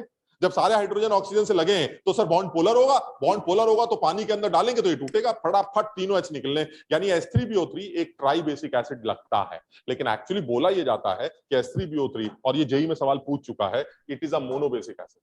ये वाटर के अंदर सिर्फ एक H प्लस ही लिबरेट कर सकता है, so it is a mono basic acid, और इसका इनफैक्टर एज एन एसिड वो 1 हो सकता है, 1 के अलावा कुछ नहीं हो सकता। क्यों कह रहा है ऐसा? वो इसलिए कह रहा है ऐसा क्योंकि इसका रीजन ही अलग है। इसका रीजन ये है कि भाई ये बताइए आप इसको डाई बेसिक एसिड या ट्राई बेसिक एसिड क्यों कह रहे हैं? तो मैंने कहा मुझे ऐसा लगता है कि पानी के अंदर जब आप इसको डालेंगे तो मुझे ऐसा लगता है कि ये बड़ी आसानी से एक H प्लस पानी के अंदर लिबरेट कर देगा और वो H प्लस पानी पकड़कर H3O प्लस बना देगा। दैट मींस एक H प्लस निकल रहा है वाटर के अंदर, so it should be a tri basic acid. फिर मुझे क्या लगता है कि फिर ये वाला भी निकल सकता है, ये भी निकल सकता है, ये भी निकल सकता है, तो ये वाला पानी यहां से भी H को निकालेगा, पानी यहां से भी H प्लस को पकड़ लेगा, पानी यहां से भी H प्लस को पकड़ लेगा, तो ऐसे में 3 H3O प्लस बनेंगे, और 3 H3O प्लस अगर पर मोल H3BO3 बन रहा है तो it should be a tri basic acid. वो कह रहे नहीं, आपको ऐसा लगता है कि पानी जो है वो तीनों जगहों से H+ को निकालकर H3O+ बनाएगा। ऐसा बिल्कुल नहीं होगा। आप सबसे पहले इस बोरॉन से पूछिए कि इसके पास तकलीफ क्या है। तो मैं बोरॉन के पास गया, मैंने इससे पूछा भाई ऐसा ये लोग कह रहे हैं कि तुम परेशान हो। बिल्कुल परेशान है, क्योंकि बोरॉन यहां पर इलेक्ट्रॉन डेफिशिएंट। बोरॉन की इलेक्ट्रॉन डेफिशिएंसी, आप देख रहे हैं बोरॉन के पास कुल मिला के 6 इलेक्ट्रॉन्स है। बोरॉन कह रहा भाई ये क्या चक्कर है, हमारे पास तो अभी ऑक्टेट ही पूरा नहीं है। तो मैंने कहा भाई मुझे तुम्हारे ऑक्टेट से मतलब नहीं है, मैं आ रहा हूं तुम्हारे H खींच रहे हैं। मुझे खींचने वाले H कौन कौन से दिखते हैं सर? This bond is polar, it is del plus, this is del minus, this is del plus, this is del minus, this is del plus, this is del minus। और इस del plus पर पानी अपना लोन पर लेके ऐसे H को लेके निकल जाएगा। पानी जो कि एक पोलर मॉलिक्यूल होता है, तुम सब जानते हो, पानी के अंदर पोलैरिटी है। पानी के पास दो पोल है, एक पानी का मॉलिक्यूल ऐसा जिसके पास ये माइनस पोल, ये प्लस पोल। पानी का मॉलिक्यूल यहां जाएगा जिसके पास माइनस पोल, ये प्लस पोल। पानी के मॉलिक्यूल यहां जाएंगे जिसमें एक माइनस पोल और एक प्लस पोल। पानी के पोलैरिटी इस H को खींचना शुरू करेगी, इस H को खींचना शुरू करेगी और इस H को खींचना शुरू करेगी। क्यों? क्योंकि इन H पर डेल प्लस। आप सोचिए अगर यही पानी के अंदर इसको डाला जाता, आप इसको, अब आप जो सोचिए जरा पानी कहां कहां जाता, ये OH, ये H और ये OH। अब बताइए जरा, अब जब आप पानी को डालेंगे तो पानी के मॉलिक्यूल किस डेल प्लस की तरफ अट्रैक्ट होंगे? सर पानी एक पोलर मॉलिक्यूल है जो इस H के डेल प्लस पर अट्रैक्ट होगा, जो इस H के डेल प्लस पर अट्रैक्ट होगा। पानी का जो माइनस पोल होगा वो इस डेल प्लस को खींचेगा, पानी का माइनस पोल इस डेल प्लस को खींचेगा। लेकिन इस H को क्यों नहीं खींचेगा? क्योंकि इसके पास डेल प्लस ही नहीं है। भाई ये तो फास्फोरस से लगा हुआ आदमी है सर, इसके पास तो डेल प्लस ही नहीं है, पानी यहां अप्रोच ही नहीं करेगा। यानी पानी के अंदर जब इस आदमी को डाला जाएगा तो एक पानी इस H को लेकर H3O+ बनाएगा। समझ रहे हो? पानी H+ के साथ जुड़कर क्या बनाएगा? H3O+। ऐसे ही पानी यहां से भी H+ को लेकर क्या बनाएगा? H3O+। यानी कुल मिला के पानी के अंदर 2 H3O+ रिलीज होंगे। So this H3PO3 is a dibasic acid. समझ में आई? यहां पर क्या है सर? यहां पर देखिए, यहां तो तीनों H डेल प्लस वाले हैं, और अगर तीनों H डेल प्लस वाले हैं तो पानी तीनों जगहों से खींचेगा। तीनों जगहों से खींचेगा तो 3 H3O+ रिलीज होने चाहिए, इसको ट्राइबेसिक एसिड होना चाहिए। ऐसा है नहीं। क्यों? तुम ये सोच रहे हो कि H3BO3 जब पानी के अंदर डाला जाएगा तो पानी जो है हाइड्रोजन के डेल प्लस को खींचना शुरू कर देगा। बिल्कुल तुम सही सोच रहे हो, लेकिन आप सोचिए एक आदमी और एक चीज बोल रहा है। वो कह रहा है यार तुम अजीब बेवकूफ आदमी हो, तुम इस डेल प्लस के पीछे पड़े हुए हो। अरे मेरे पास इलेक्ट्रॉन की डेफिशिएंसी है, मेरे बारे में तो सोचो। मैंने कहा तुम्हारे बारे में कैसे सोचेंगे? कह रहा अजीब आदमी हो, मेरे पास 6 इलेक्ट्रॉन है, तुम्हारे पास इलेक्ट्रॉन भरे पड़े हैं। देख रहे हो पानी के पास लोन पेयर्स होते हैं।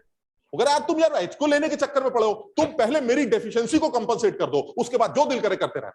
बात समझिए, बोरॉन के इलेक्ट्रॉन डेफिशिएंसी की वजह से वाटर सबसे पहले इन डेल प्लस की तरफ अप्रोच नहीं करता है। वाटर सबसे पहले बोरॉन की डेफिशिएंसी को कंपनसेट करने की कोशिश करता है। ये उसका पहला स्टेप होता है। यानी सबसे पहला स्टेप क्या होगा? सबसे पहला स्टेप होगा पानी ये जो काम कर रहा है ये बिल्कुल नहीं कर रहा। सबसे पहले पानी ऐसा बिल्कुल नहीं कर रहा है। पानी कह रहा है ठीक है, आप परेशान मत होइए, हमने सुना है कि आपके पास इलेक्ट्रॉन की डेफिशिएंसी है, हम आपकी डेफिशिएंसी को कंपनसेट कर सकते हैं क्योंकि हमारे पास लोन पेयर भरे पड़े हैं। यानी सबसे पहले पानी इस बोरॉन के इलेक्ट्रॉन डेफिशिएंसी को कंपनसेट करने के लिए अपने इलेक्ट्रॉन बोरॉन को प्रोवाइड करता है। बताओ ये पहला स्टेप समझ में आया?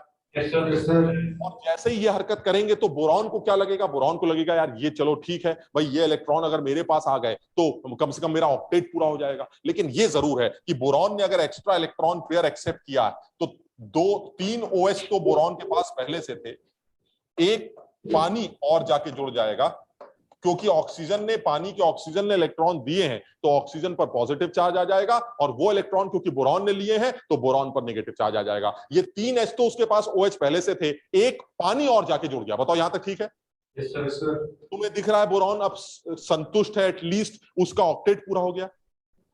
देखिए 2 इलेक्ट्रॉन यहां से मिल गए, 2 ये आ गए, 2 ये आ गए, 2 ये आ गए। वो कह रहा चलो यार कम से कम 8 इलेक्ट्रॉन पूरे हो गए, हम कम से कम अब हमारा ऑक्टेट पूरा है। अब आपको जैसा दिल करे जो दिल करे कर लीजिए, मुझे कोई तकलीफ नहीं। तो अब पानी के बाकी लोग क्या कहेंगे? अब तो तुम खुश हो, अब तो तुम्हें और इलेक्ट्रॉन नहीं चाहिए, अब तो H निकाल लें तुम्हारा। वो कह रहा आप जहां से खींचना खींच लो, हमें कोई फर्क नहीं पड़ता। अब पानी के दूसरे मॉलिक्यूल क्या करेंगे? वो H को खींचना स्टार्ट करेंगे। और साफ समझ में आता है, तुम भी अकल लगा सकते हो थोड़ी सी। हालांकि ये सब चीजें तुम्हारे सामने अब धीरे धीरे और बढ़ती जाएंगी जब हम ऑर्गेनिक केमिस्ट्री में आएंगे या इनऑर्गेनिक डिस्कशन करेंगे। इस तरह की कुछ कुछ बातें तुम्हारे सामने आएंगी, तुम खुद अकल लगा सकते हो। पानी को एसिडिक हाइड्रोजन कहां दिखती है? जिस तरह से पानी डेल प्लस पे अप्रोच कर रहा था और इस H को निकाल रहा था, उसी तरह से ये पानी कहां से H को निकालेगा? आप सोचिए सर, एक ही हाइड्रोजन तो है जो सबसे ज्यादा निकलने के लिए तैयार बैठी है, वो ये वाली। कैसे सर? ये वाली हाइड्रोजन जो है वो O के प्लस से अटैच, और ये वाली जो हाइड्रोजन है वो O से अटैच। आप बताइए O का प्लस क्या करता है? O का प्लस चूसता है, तगड़े से खींचता है ऐसे, क्योंकि ऑक्सीजन इलेक्ट्रोनेगेटिव एलिमेंट, उस इलेक्ट्रोनेगेटिव एलिमेंट पर अगर पॉजिटिव चार्ज आ जाए तो बर्दाश्त नहीं करता। वो कहता है अरे मेरे ऊपर पॉजिटिव चार्ज है, मैं अपने चारों तरफ के डंडों से सारे इलेक्ट्रॉन खींचने की कोशिश करूंगा। ऐसे में जरा बताइए इस हाइड्रोजन के ऊपर कौन सा चार्ज आ रहा है? अरे सर ये तो जबरदस्त डेल प्लस आ रहा है, क्योंकि हाइड्रोजन से लगा ऑक्सीजन का जो बॉन्ड, अगर ऑक्सीजन उस हाइड्रोजन से इलेक्ट्रॉन खींचेगा तो हाइड्रोजन के ऊपर एक बड़ा सा डेल प्लस आ जाएगा। यानी इस पूरे कंपाउंड में जो सबसे ज्यादा एसिडिक हाइड्रोजन है, जो निकलने के लिए बिल्कुल तैयार बैठी है, वो ये वाली हाइड्रोजन। जरा समझना बात, because this hydrogen is attached with O plus and these hydrogens are attached with O only. That means because of this O plus, this hydrogen is most acidic hydrogen. पानी आएगा, इस H को लेके भागेगा, और पानी जैसे ही इस H को लेके भागेगा, ये आ जाएगा B, पहले से लगा था OH, एक OH पहले था, एक OH पहले था, पानी अपना H निकालने के बाद ये बन जाएगा BOH whole 4 नेगेटिव, और पानी H3O प्लस के फॉर्म में बाहर निकल जाएगा। बता सकते हो कितने H3O प्लस बने? एक।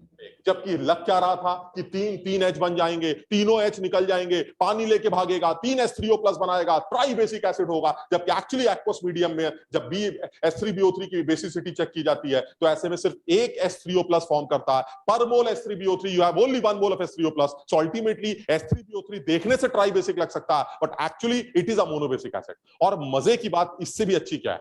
मजे की बात यह है कि तुम्हें ऐसा लग रहा था कि H3BO3 एक H रिलीज कर रहा है क्योंकि H3O प्लस बना रहा है, लेकिन ये जो H प्लस भी निकल के आ रहा है वो भी इसका खुद का नहीं। आप देखिए, पानी ने ही इसको इलेक्ट्रॉन दिए, पानी ही यहां जाके जुड़ा, और पानी ने ही अपने ही पानी में से एक H को निकालकर H3O प्लस बनाया। जो 3 OH है वो ये वाले हैं, जरा समझने की कोशिश करना। ये 3 OH है जो हाइड्रोजन H3BO3 वाले, उनका तो कुछ हुआ ही नहीं, ये तो वैसे के वैसे ही। ये देखिए यहां पर भी वैसे। तो फिर ये H3O प्लस कौन से H को लेके भागा? ये H3O प्लस इस H को लेके भागा। ये कहां से आया था? ये पानी से आया था। यानी पानी ही आया, पानी ने उसकी डेफिशिएंसी कंपनसेट की, फिर पानी नहीं उसी पानी में से एक H को निकाला और H3O प्लस बना के बाहर निकल गया। ये कहानी है H3BO3 की, जिसमें जो H H3BO3 से अटैच है वो H3O प्लस के फॉर्म में रिलीज नहीं हो रहा है, लेकिन क्योंकि पानी के अंदर एक H3O प्लस बन रहा है, इसलिए आप H3BO3 को मोनोबेसिक एसिड की कैटेगरी में डालते हैं। इसको सब लोग अपने हिसाब से समझने की कोशिश करो। हालांकि ये बात आगे भी जब बोरॉन फैमिली वगैरह पढ़ोगे पी ब्लॉक के अंदर तो तुम्हें ये चीजें दोबारा बता दी जाएंगी, लेकिन इसको अगर हल्का सा समझ पा रहे हो तो समझने की कोशिश करो कि एसिड की बेसिसिटी का मतलब क्या होता है। जब एसिड को पानी में डाला जाता है तो वो जितने H प्लस रिलीज कर सकता है, जितने H3O प्लस फॉर्म कर सकता है, वही उसकी बेसिसिटी। दैट डिपेंड्स कि कितनी हाइड्रोजन एसिडिक, यानी जो हाइड्रोजन इलेक्ट्रोनेगेटिव एलिमेंट से अटैच होंगी उनको आप एसिडिक कहेंगे, वाटर उनको खींचकर H3O प्लस फॉर्म कर सकता है। लेकिन H3BO3 के केस में हमें इस बात का ध्यान रखना है कि H3BO3 देखने से आपको ट्राई बेसिक एसिड लग सकता है, लेकिन एक्चुअली ये मोनोबेसिक एसिड है। ये वाटर के अंदर सिर्फ एक H3O प्लस रिलीज करता है, और वो H3O प्लस भी, वो H प्लस भी जो पानी खींच रहा है, वो भी इन तीनों में से किसी का नहीं। वो H3BO3 के 3 H में से कोई नहीं है, वो वाटर वाला H3O प्लस H प्लस है। यानी पानी गया, पानी ने इसको डेफिशिएंसी को कंपनसेट किया, इस O पर प्लस आ गया, इस O के प्लस में से वाटर ने एक H प्लस वापस निकाल लिया। इन तीनों H से कोई लेना देना नहीं। समझो।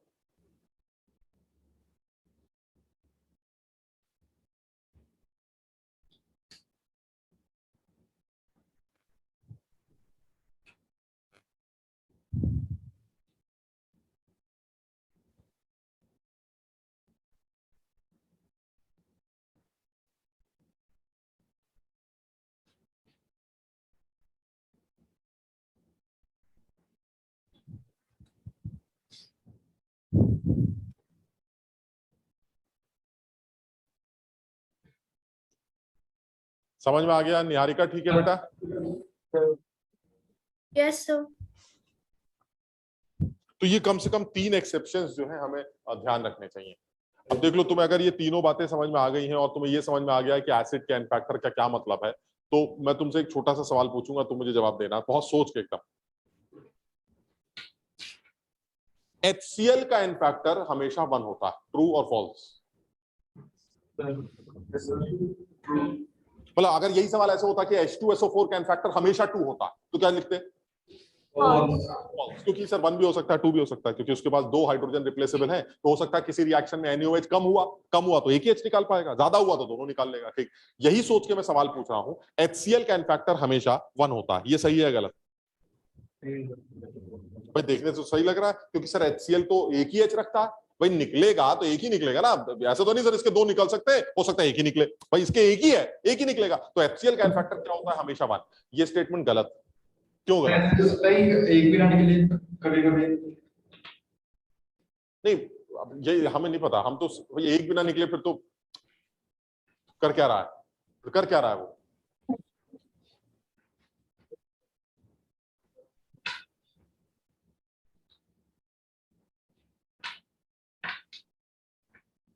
अकल लगाओ, हमने बहुत सीधा सवाल पूछा है, मतलब अगर एक एक बात सुनोगे तो समझ में आएगा। मैंने अब तक क्या बोला था, किसी भी एसिड का इनफैक्टर, मैंने तुम्हें नाम नहीं लिया था, मैंने ये नहीं कहा था HCl का इनफैक्टर ये होता है, मैंने कहा था किसी भी एसिड का जो इनफैक्टर है वो रिप्लेसेबल H+ से निकाला जाता है, यही बात हुई हमारी। अरे भाई HCl एसिड हुआ तो इनफैक्टर 1 होगा, ऐसा भी हो सकता है HCl एसिड ना हो। हमने कहा कैसी बातें कर रहे हैं सर, अरे ऐसा भी तो हो सकता है HCl किसी रिएक्शन में इन्वॉल्व हो रहा है और रिड्यूसिंग एजेंट की तरह बिहेव कर रहा है, हो सकता है, बिल्कुल हो सकता है, और ऐसा बिल्कुल देखने को मिल सकता है। नेक्स्ट स्लाइड में इस बात को समझाते हैं, लेकिन अभी मैं वो निकाल के नहीं दिखाऊंगा, वो भी तुम्हें निकाल के दिखाऊंगा मैं, लेकिन अभी सिर्फ तुम्हें एक हिंट दे रहा हूं मैं, और इस चीज का सब लोग ध्यान रखना। ये जो स्टेटमेंट है इस बात को बहुत अच्छी तरह से गांठ बांध लो कि एन फैक्टर ऑफ एसिड मतलब रिप्लेसेबल H, एसिड का इनफैक्टर H को देख के निकाला जाता, हर किसी का इनफैक्टर H को देख के नहीं निकाला जा सकता। यानी अगर मान लीजिए मैं आपसे कहूं, जरा अकल लगाना, K2Cr2O7 जो है वो HCl के साथ रिएक्ट कर रहा है और CrCl3 बन रहा है और KCl बन रहा है प्लस Cl2 बन रहा है और मान लीजिए पानी बन रहा है, ये रिएक्शन।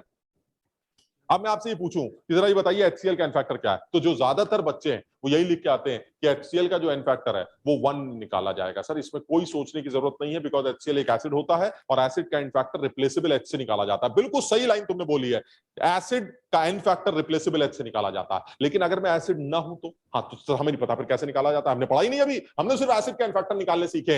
अब तुम खुद देखो, क्या तुम देख पा रहे हो, और ये चीज मैंने तुमको पढ़ने के लिए बोली थी, पता नहीं तुम पढ़ के आए कि नहीं, यहां क्रोमियम के ऑक्सीडेशन स्टेट +6 निकाल पाओगे सब लोग? Yes sir. K की 2 ऑक्सीजन की -2 सॉल्व करेंगे +6 आई, और यहां पर क्रोमियम के ऑक्सीडेशन स्टेट +3। अब आप ये बताइए कि क्रोमियम के ऑक्सीडेशन स्टेट को +6 से +3 में जो आप लेके जा रहे हैं, इसको आप क्या नाम देंगे? सर इसको रिडक्शन का नाम देंगे, बताओ ठीक है? Yes sir. प्लस में घटना यानी कि इलेक्ट्रॉन का एक्सेप्टेंस, और इलेक्ट्रॉन का एक्सेप्टेंस रिडक्शन के नाम से जाना जाता है। किसने किया आपको रिड्यूस? HCl। समझो बात को, यानी HCl ने K2Cr2O7 को रिड्यूस किया, तो HCl मेरा एक रिड्यूसिंग एजेंट है। समझो बात को, क्या मैंने तुमको बताया कि रिड्यूसिंग एजेंट का इनफैक्टर H देख के निकाला जाता है? No sir. हमने एसिड की बात की सर, HCl as an acid n factor is always 1, no doubt, इसमें कोई शक ही नहीं। इसलिए अगर कहीं एडवांस लेवल पर ऐसा कोई स्टेट, फिर तुम ये भी कह सकते हो सर बताइए फिर HCl का फैक्टर क्या है, ये तुम्हें निकाल के दिखाऊंगा इस जगह पर। इसी तरह के 1-2 सवाल और भी करवाऊंगा जिसमें HCl का फैक्टर 1 से छोटा आता। इस सवाल में HCl का फैक्टर 3/7 निकल के आएगा, मैं तुम्हें निकाल के दिखाऊं। अभी हम आगे नहीं बढ़ रहे, एक एक करके आगे बढ़े। तो हम अभी ये बात क्या बताना चाह रहे हैं कि एन फैक्टर, अगर आप ये कहते हैं कि किसी भी एसिड का एन फैक्टर कैसे डिफाइन किया जाएगा, तो इसमें सोचना ही नहीं है। अगर आपने ये तय कर लिया कि भाई तुम एक एसिड हो, चाहे मैं तुम्हें पहचानता हूं चाहे मैं तुम्हें ना पहचानता हूं, तुम एक एसिड हो, अगर ये डिसाइड हो गया कि तुम एक एसिड हो, तो तुम्हारा इनफैक्टर रिप्लेसेबल H से निकलेगा, दिमाग लगाने की जरूरत ही नहीं। लेकिन अगर तुम्हें ये नहीं समझ में आ रहा है कि वो एक एसिड है, तो उस केस में कुछ भी हो, चाहे वो देखने से एसिड क्यों ना लगता हो, आप उसका इनफैक्टर रिप्लेसेबल H से नहीं किसी और मेथड से निकालेंगे, जो हम आगे करके सीखेंगे। मैं ये बात एक्सप्लेन करने के लिए 2 सवाल तुमको करवा रहा हूं, और मुझे उम्मीद है कि आगे आने वाले सालों में इस तरह से कोई ना कोई सवाल आपको जरूर दिखाई देगा। जैसे मान लीजिए KXHY C2O4Z, ऐसी गंदा सा बना लिया है, समझना जरा बात को, और ये रिएक्शन हो रही है NaOH के साथ, और ऐसे ही मान लीजिए एक और रिएक्शन चल रही है, आप कुछ भी ले लेते हैं, अब KMnO4 के साथ। अब मैं आपसे ये जानना चाहता हूं, ये मेरा सवाल है, मैं आपसे ये जानना चाहता हूं कि क्या आप ये बता सकते हैं कि इस KXHY C2O4Z, हमने इसके बारे में कभी नहीं सुना, इस आदमी का इस रिएक्शन में इनफैक्टर क्या है और इस आदमी का इस रिएक्शन में इनफैक्टर क्या है? ये तो सब लोग मानोगे कि किसी भी एक सब्सटेंस का इनफैक्टर डिपेंड करेगा कि वो किस तरह से बिहेव कर रहा है। हो सकता है यहां बिहेवियर कुछ और, हो सकता है यहां बिहेवियर कुछ और, दैट डिपेंड्स। यानी ये क्लियर है सर, ये आदमी एक ही है, इसका मॉलिक्यूलर वेट दोनों जगहों पर m होगा। मॉलिक्यूलर वेट का किसी चीज से कोई लेना देना नहीं है। मॉलिक्यूलर वेट मतलब m, वो फिक्स है, चाहे कुछ भी हो, किसी भी मॉलिक्यूल का मॉलिक्यूलर वेट फिक्स होता है। लेकिन सर अगर मान लीजिए आपसे ये पूछा जाए कि इस रिएक्शन में आपका इनफैक्टर क्या है या इस रिएक्शन में आपका इनफैक्टर क्या है, तो मुझे सर अभी जितना सिखाया गया है वो ये कि अगर मैं एसिड हूं, अगर मुझे नहीं पता मैं क्या हूं, अगर मैं एसिड हूं तो मैं आपको एन फैक्टर बता सकता हूं बस। इसके अलावा अगर आप कुछ और हैं तो मुझे नहीं आता एन फैक्टर निकालना, क्योंकि मुझे अभी सिखाया नहीं गया। तो तुम ये बताओ, क्या ये कहना तुम्हें ठीक लगता है कि तुम्हारी शक्ल तो मैं नहीं पहचानता, तुम्हें मैंने कभी नहीं देखा, लेकिन इतना जरूर है इस आदमी को देख देख के बड़ा हुआ हूं? बताओ, समझे? और ये आदमी बार बार ये कहता है कि मैं NaOH हूं, बेस हूं, मैं NaOH हूं, बेस हूं। और अगर ये बेस है और तुम्हारे साथ भिड़ रहा है तो तुम देखने में कैसे भी हो, तुम एसिड जरूर। बताओ, समझे?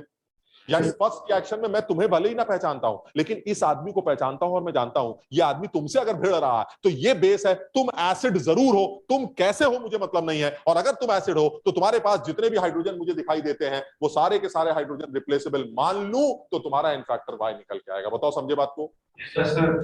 का मतलब ये हुआ फर्स्ट रिएक्शन में सॉल्ट का एन फैक्टर वाई होना चाहिए, assuming all the hydrogens are replaceable, so ultimately the n factor is y. Clear? नीचे आते हैं। नीचे अब कोई ये कहे नीचे आते ही, अरे तेरे पास तो वाई एच, तो तेरा एन फैक्टर वाई होना चाहिए। मान लीजिए कोई आदमी ये बोले, तो पलट के तुम्हें कहना चाहिए क्यों वाई होना चाहिए? वाई तो तब होना चाहिए जब मैं एसिड हूं। हो सकता है इस रिएक्शन में मैं एसिड ना हूं, नहीं हूं, क्यों? क्योंकि तुम में मैं जानता हूं तुम एक ऑक्सीडाइजिंग एजेंट, और अगर तुम एक ऑक्सीडाइजिंग एजेंट हो तो तुम पक्का रिड्यूसिंग एजेंट हो। बताओ, क्लियर है? और अगर तुम रिड्यूसिंग एजेंट हो तो तुम्हारा एन फैक्टर कम से कम एच देख के नहीं निकाला जाएगा, ये कंफर्म है। क्या देख के निकाला जाएगा वो मुझे नहीं आता, क्योंकि वो मैंने पढ़ा नहीं, लेकिन ये कंफर्म है वो एच देख के नहीं निकाला जाएगा। तुम्हारा एन फैक्टर आज के लिए, अभी के लिए वो क्वेश्चन मार्क है, मैं नहीं जानता, लेकिन थोड़ी देर में पढ़ लेंगे तो ये भी निकाल लेंगे। बताओ, ये वाली बात सब लोग समझे? यानी मैं तुम्हें ये बताना चाह रहा हूं कि कई बार अच्छे लेवल का जो सवाल आता है उसमें हो भाई, ये तो जो पहले याद करना था वो कर लिया, सर HCl का वन होता है, फलाना धमाका याद कर लिया, लेकिन एक स्टेप और आगे बढ़ जाते हैं। वो ये है कि हो सकता है पहचानने में वो आदमी एसिड जैसा ना लगता हो। तुमने कितने एसिड के नाम सुने अभी? तुम समझो, अभी मैं साहिल से पूछूं मुझे 5 एसिड्स के नाम बताओ, साहिल तीसरे के बाद ए करना शुरू कर देगा। पूछ के देख लो तुम। चलो साहिल, 5 एसिड के नाम बताओ। पहला, दूसरा,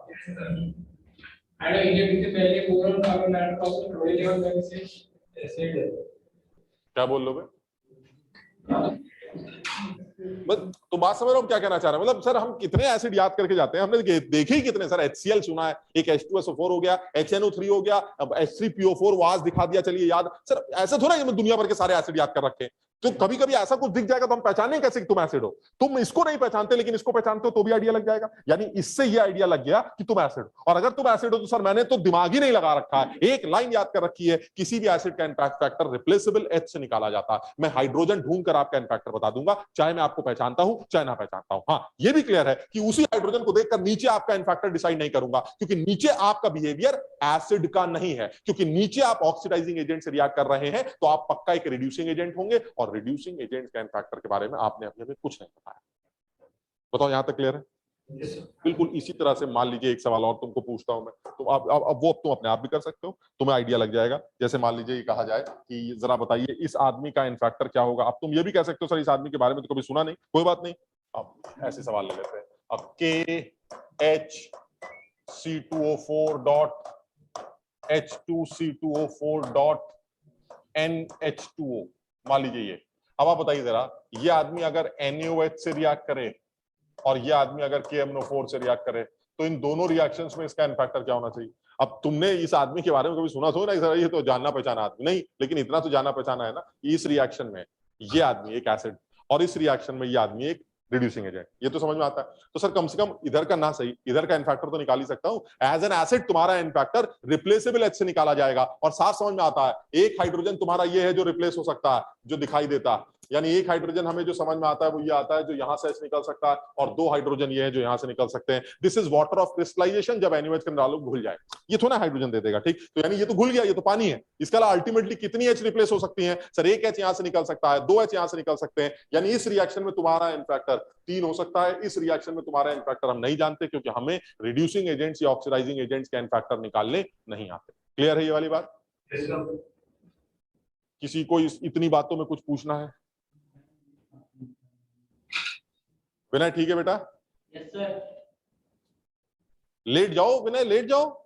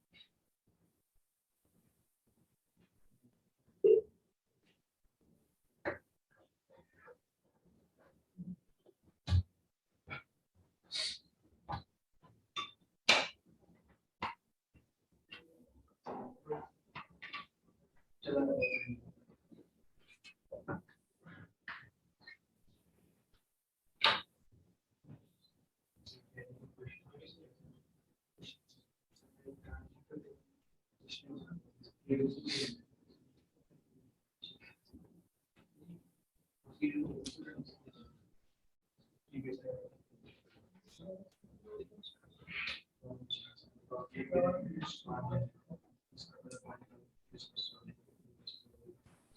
गई यहां तक बात?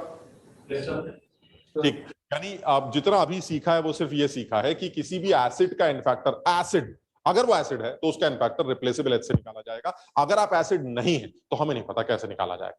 अच्छा, यहां तक क्योंकि इतना किया है तो मैं चाह रहा हूं बार बार एक चीज निकल के आ रही है तो तुम एक चीज और याद भी कर लो, वो ये है कि आप जो कभी भी किसी भी सब्सटेंस का किसी रिएक्शन में अगर इक्विवेलेंट वेट निकालना चाहते हैं, इस पर भी बहुत सारे सवाल बनते हैं, अगर आप उसका इक्विवेलेंट वेट निकालना चाहते हैं तो किसी भी सब्सटेंस का जो इक्विवेलेंट वेट होगा वो उसके मॉलिक्यूलर वेट को उस रिएक्शन में उसके एन फैक्टर से डिवाइड करके निकाला जाए। इससे क्या समझ में आ रहा है? इससे ये समझ में आ रहा है कि सर देखिए ऐसा है, मॉलिक्यूलर वेट तो हमेशा फिक्स होता है, वो तो मॉलिक्यूल के वेट के ऊपर डिपेंड करेगा, वो तो फिक्स होगा, रिएक्शन टू रिएक्शन वो चेंज नहीं करेगा। लेकिन ये तो तुम मानते हो कि किसी भी सब्सटेंस का जो एन फैक्टर होगा वो रिएक्शन टू रिएक्शन चेंज कर सकता है। भाई कभी तो मैं एसिड हूं तो मेरा एन फैक्टर वाई होगा, कभी कुछ होगा, कभी कुछ होगा, दैट डिपेंड्स कि मेरा बिहेवियर उस रिएक्शन में कैसा है। यानी एन फैक्टर किसी भी सब्सटेंस का बदल सकता है लेकिन मॉलिक्यूलर वेट हमेशा फिक्स होगा। इसका मतलब ये हुआ इक्विवेलेंट वेट जो होगा वो रिएक्शन टू रिएक्शन लोगों के ऊपर, बिहेवियर के ऊपर डिपेंड करेगा, क्योंकि इक्विवेलेंट वेट एन फैक्टर के ऊपर डिपेंड करता है और n factor reaction to reaction किसी भी सब्सटेंस का वो बदल सकता है। जैसे मान लो इस रिएक्शन में इसका एन फैक्टर 3 है और इसी सब्सटेंस का इस रिएक्शन में एन फैक्टर मान लीजिए 10 है, तब क्या होगा? तो अगर यहां 3 है और यहां 10 है तो इसका इक्विवेलेंट वेट उस रिएक्शन में m/3 होगा और इस रिएक्शन में उसका इक्विवेलेंट वेट m/10 होगा। यानी कहने का मतलब यह हुआ इक्विवेलेंट वेट जो होता है वो एन फैक्टर के ऊपर डिपेंड करता है और एन फैक्टर किसी भी सब्सटेंस का रिएक्शन टू रिएक्शन बदला जा सकता है जिसकी वजह से इक्विवेलेंट वेट बदल सकता है। बट मॉलिक्यूलर वेट एक ऐसी चीज है जो कि मॉलिक्यूल्स के वेट के ऊपर डिपेंड करती है, उसका रिएक्शन टू रिएक्शन कोई लेना देना नहीं है। मॉलिक्यूलर वेट हमेशा फिक्स है, एन फैक्टर बदलते रहेंगे और उसका नया नया इक्विवेलेंट वेट निकलता रहेगा। जैसे कभी पूछे कि क्या H2SO4 का इक्विवेलेंट वेट 49 हो सकता है? हो सकता है, अगर उसका एन फैक्टर 2 है तो अरे भाई H2SO4 तो याद होगा 98 होता है, तो 98/2 49 हो सकता है। क्या H2SO4 का इक्विवेलेंट वेट कभी 98 हो सकता है? Yes, sir. अगर उसका एन फैक्टर 1 है। लेकिन क्या उसका मॉलिक्यूलर वेट कभी 49 हो सकता है? ना सर, मॉलिक्यूलर वेट हमेशा 98 होगा, एन फैक्टर कभी 1 हुआ तो फिर इक्विवेलेंट वेट भी 98 आएगा, अगर एन फैक्टर 2 हुआ तो इक्विवेलेंट वेट 49 आएगा। यानी मॉलिक्यूलर वेट हमेशा फिक्स है सर, एन फैक्टर के बदलने से उसके equivalent weight reaction to reaction change किए जा सकते हैं। आगे बढ़े। अच्छा, अब आते हैं दूसरी बात पर, और दूसरी बात है मेरा एन फैक्टर कैलकुलेशंस हम करना चाह रहे हैं किसी बेस की एन फैक्टर कैलकुलेशन कैसे की जाए। बहुत आसान है, इसमें भी कुछ नहीं दिमाग लगाना है, इसमें तो कोई एक्सेप्शन भी नहीं है, सिर्फ इतना सा याद कर लेते हैं एन फैक्टर्स फॉर बेस, और इसमें तो कोई झंझट नहीं है, सिर्फ एक लाइन याद करते हैं, रिप्लेसेबल OH माइनस आयंस और एक्सेप्टेबल H प्लस आयंस, ये किसी भी बेस का एन फैक्टर माना जाएगा और इसमें कहीं कोई एक्सेप्शन नहीं है। यानी अगर आपके पास OH माइनस आयंस हैं तो आप कितने OH अपने रिप्लेस करने के लिए तैयार हैं, that will be the n factor. यानी ये कंफर्म हो गया कि जैसे मान लीजिए मैं NaOH हूं तो जल्दी से बताओ इसका एन फैक्टर क्या हो सकता है? इसकी एसिडिटी 1 है, इसका एन फैक्टर भी 1 हो सकता है। लेकिन अगर यही मान लीजिए कैल्शियम हाइड्रोक्साइड होता तो 1 और 2 में से कुछ भी हो सकता है, एसिडिटी इज 2, समझ लो। लेकिन एक OH हटाओगे तो 1 और दोनों हटा दोगे तो 2, समझ लो ना बात को। ऐसी एल्युमिनियम हाइड्रोक्साइड है AlOH होल थ्राइस, तो ऐसे में इसका एन फैक्टर 1 भी हो सकता है, 2 भी हो सकता है, 3 भी, इसमें इनमें कोई एक्सेप्शन नहीं। ठीक, एक बात याद करते हैं वो ये है कि चलिए ठीक है सर, जिन बेसिस में OH नजर आते हैं तो उनका एन फैक्टर तो मैं लिख दूंगा, मुझे कोई दिक्कत नहीं। लेकिन मान लीजिए वो आदमी OH रखता ही नहीं, तब क्या करेंगे? तो फिर वही है, फिर हो सकता है मुझे आइडिया लगाना पड़े। देखो कैसे, बड़ा अच्छा सवाल है। मान लीजिए तुमसे पूछा जाए क्या आप बता सकते हैं इस आदमी का एन फैक्टर क्या होगा, और इसमें किताबों तक में इसका आंसर गलत दिया जाता, ये आपका सवाल हो गया NaHCO3 प्लस NaCO। वो कह रहा क्या बता सकते हैं Na2CO3 का एन फैक्टर क्या?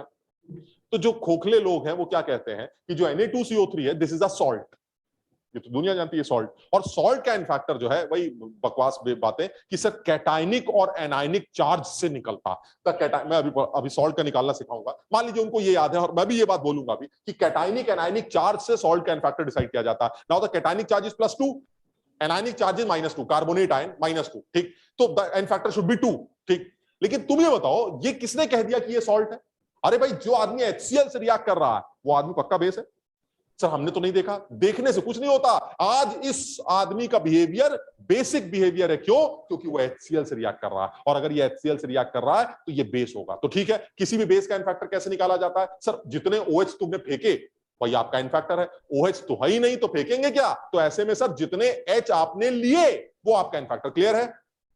Yes sir, yes sir. H ले लिए सर, इसमें Na2SO3 से आपने NaHCO3 बनाया, एक H एक्सेप्ट किया, यानी इस रिएक्शन में आपका एन फैक्टर 1 होना चाहिए, ना कि 2। समझो। लेकिन अगर यही सवाल ऐसे ना पूछ के ऐसे पूछा गया होता कि Na2CO3 HCl से रिएक्ट कर रहा है और अल्टीमेटली H2CO3 बना रहा है और साथ में NaCl बन रहा है, तो ऐसे सवाल में इसका एन फैक्टर 2 कंसीडर किया जाता। इसलिए नहीं कि कैटायनिक एनायनिक चार्ज इसका 2 है इसलिए उसका एन फैक्टर 2, ना ना ना, इसका एन फैक्टर 2 इसलिए क्योंकि ये एज अ बेस बिहेव कर रहा है, और एज अ बिहेव इसने 2 H एक्सेप्ट किए। दिख रहे हैं 2 H?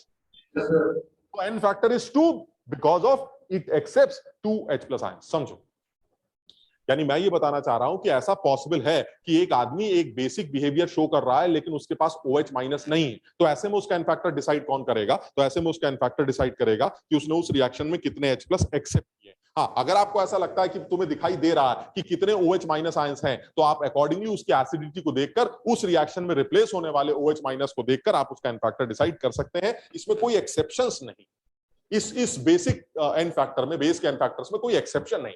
बस इस बात को ध्यान रखते हैं कि या तो OH दोगे, या अगर OH नहीं है तो H को लोगे। तो जितने OH देते हो वो तुम्हारा एन फैक्टर है, या जितने H एक्सेप्ट कर लेते हो वो तुम्हारा एन फैक्टर है। एन फैक्टर निकालने के ये 2 मेथड्स होंगे बेस के, इसमें कोई एक्सेप्शन नहीं।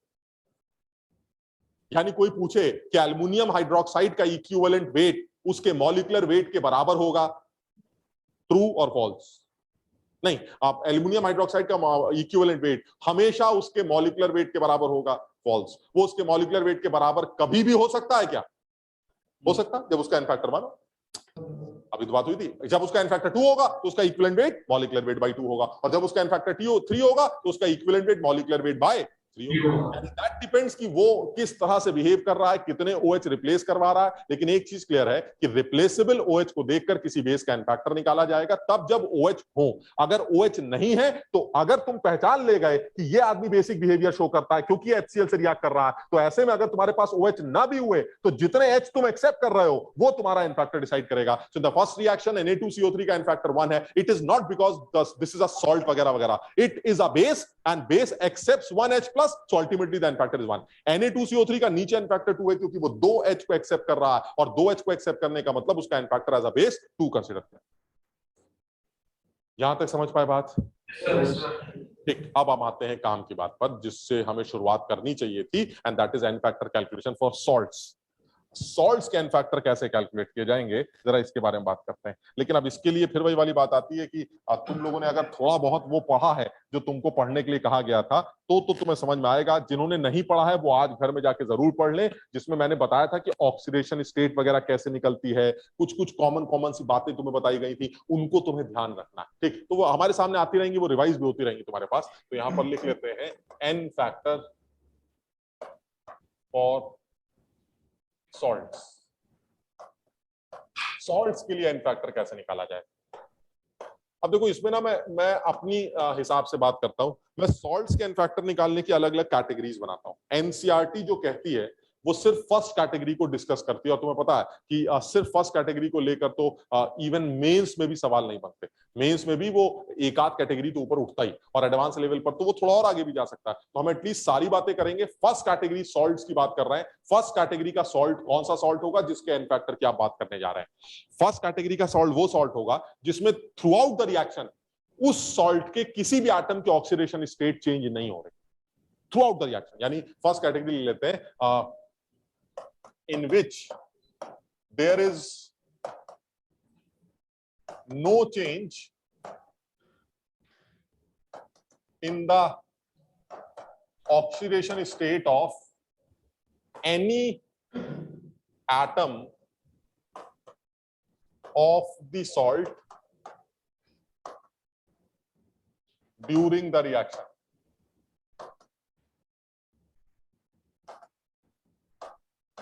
यानी ये फर्स्ट कैटेगरी के बारे में हम डिस्कशन करना चाह रहे हैं, बिल्कुल सिंपल कैटेगरी जिसमें एक ऐसा सॉल्ट इन्वॉल्व है जिसके अंदर ऐसे एटम्स हैं जिनकी oxidation state through out the reaction change नहीं हो रही।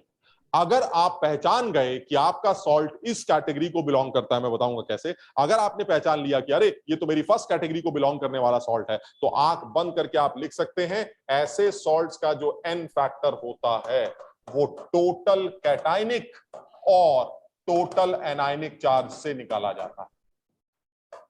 मैं और इसलिए यूज कर रहा हूं क्योंकि तुम्हें पता है कि सॉल्ट हमारा न्यूट्रल होता है, तो चाहे कैटायनिक हो चाहे एनायनिक हो, टोटल कैटायनिक और एनायनिक चार्ज। ये लेकिन हर जगह नहीं है, ये सिर्फ उन सॉल्ट्स के बारे में बात हो रही है जिन सॉल्ट्स में कैटायन और एनायन, जिन सॉल्ट्स में किसी भी एटम की oxidation state through out change नहीं होती। जैसे मैं एक एग्जांपल लेता हूं, थोड़ा सीधा सा एक एग्जांपल लेते हैं। मान लीजिए आपसे कहा जाए कि भाई ये बताइए इस AgNO3 का एन फैक्टर क्या है। चलिए निकाल लेते हैं, और ये सारी दुनिया जानती है रिएक्शन क्या बनेगी, सब लोग समझते हैं दिस इज क्या कहते हैं उसको, डिस्प्लेसमेंट टाइप का, डबल डिस्प्लेसमेंट टाइप का। तो Ag ने I को ले लिया, K ने NO3 को ले लिया, ये रिएक्शन। तो अगर वो पूछे कि AgNO3 अगर Ki से रिएक्ट कर रहा है तो बताइए उसका एन फैक्टर क्या होगा। मान लीजिए सवाल आ गया, तो क्या लगता है? तो मैंने कहा भाई देखिए ऐसा मुझे जितना समझ में आ रहा है वो यही कि AgNO3 और Ki जो है ये मेरे सॉल्ट्स हैं, और सॉल्ट्स का एन फैक्टर निकालने की सिर्फ फर्स्ट कैटेगरी मुझे समझ में आती है जिसमें किसी भी एटम की ऑक्सीडेशन स्टेट चेंज नहीं होती। तो क्या ये सॉल्ट मेरी फर्स्ट कैटेगरी को बिलोंग करता? अगर करता है तो ठीक है, नहीं करता तो भाई मैं नहीं जानता। करता है तो ठीक है, नहीं करता तो फिर अभी आपने पढ़ा है नहीं कुछ। तो सबसे पहले चेक कर लेते हैं क्या ये मेरी फर्स्ट कैटेगरी का सॉल्ट। कैसे चेक करेंगे? क्या हर एटम की ऑक्सीडेशन स्टेट जितनी शुरू में है उतनी बाद में भी है? ये चेक कर पाओगे तुम लोग? बताओ बताओ बताओ। सिल्वर की ऑक्सीडेशन स्टेट कितनी होती?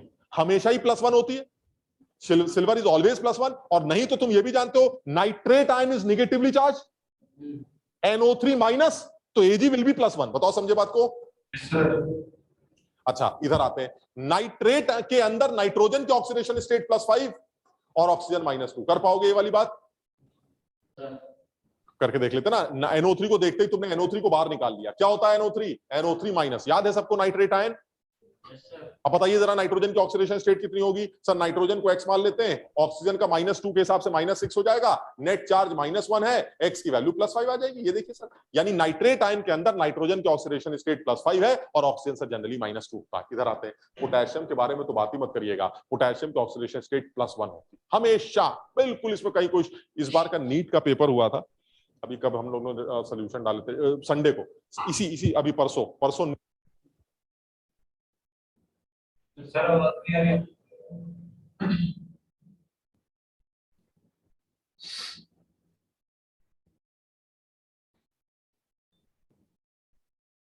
ओ सर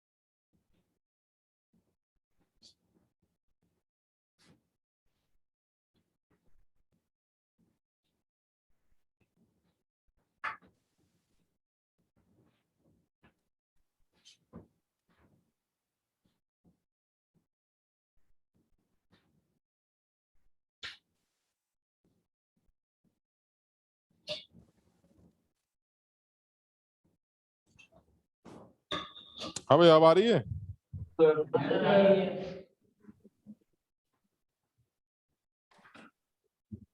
हाँ तो मैं ये कह रहा हूँ कि ठीक है सर, ये ऐसे पोटेशियम, हाँ जो सवाल आया था उसके बारे में बात कर रहा हूँ। तो नीट ने अभी संडे को सवाल पूछा था कि इन 4 में से कौन सा स्टेटमेंट गलत है, और उसमें एक स्टेटमेंट, पहला स्टेटमेंट ये था कि इन KO2 the oxidation state of potassium is +4।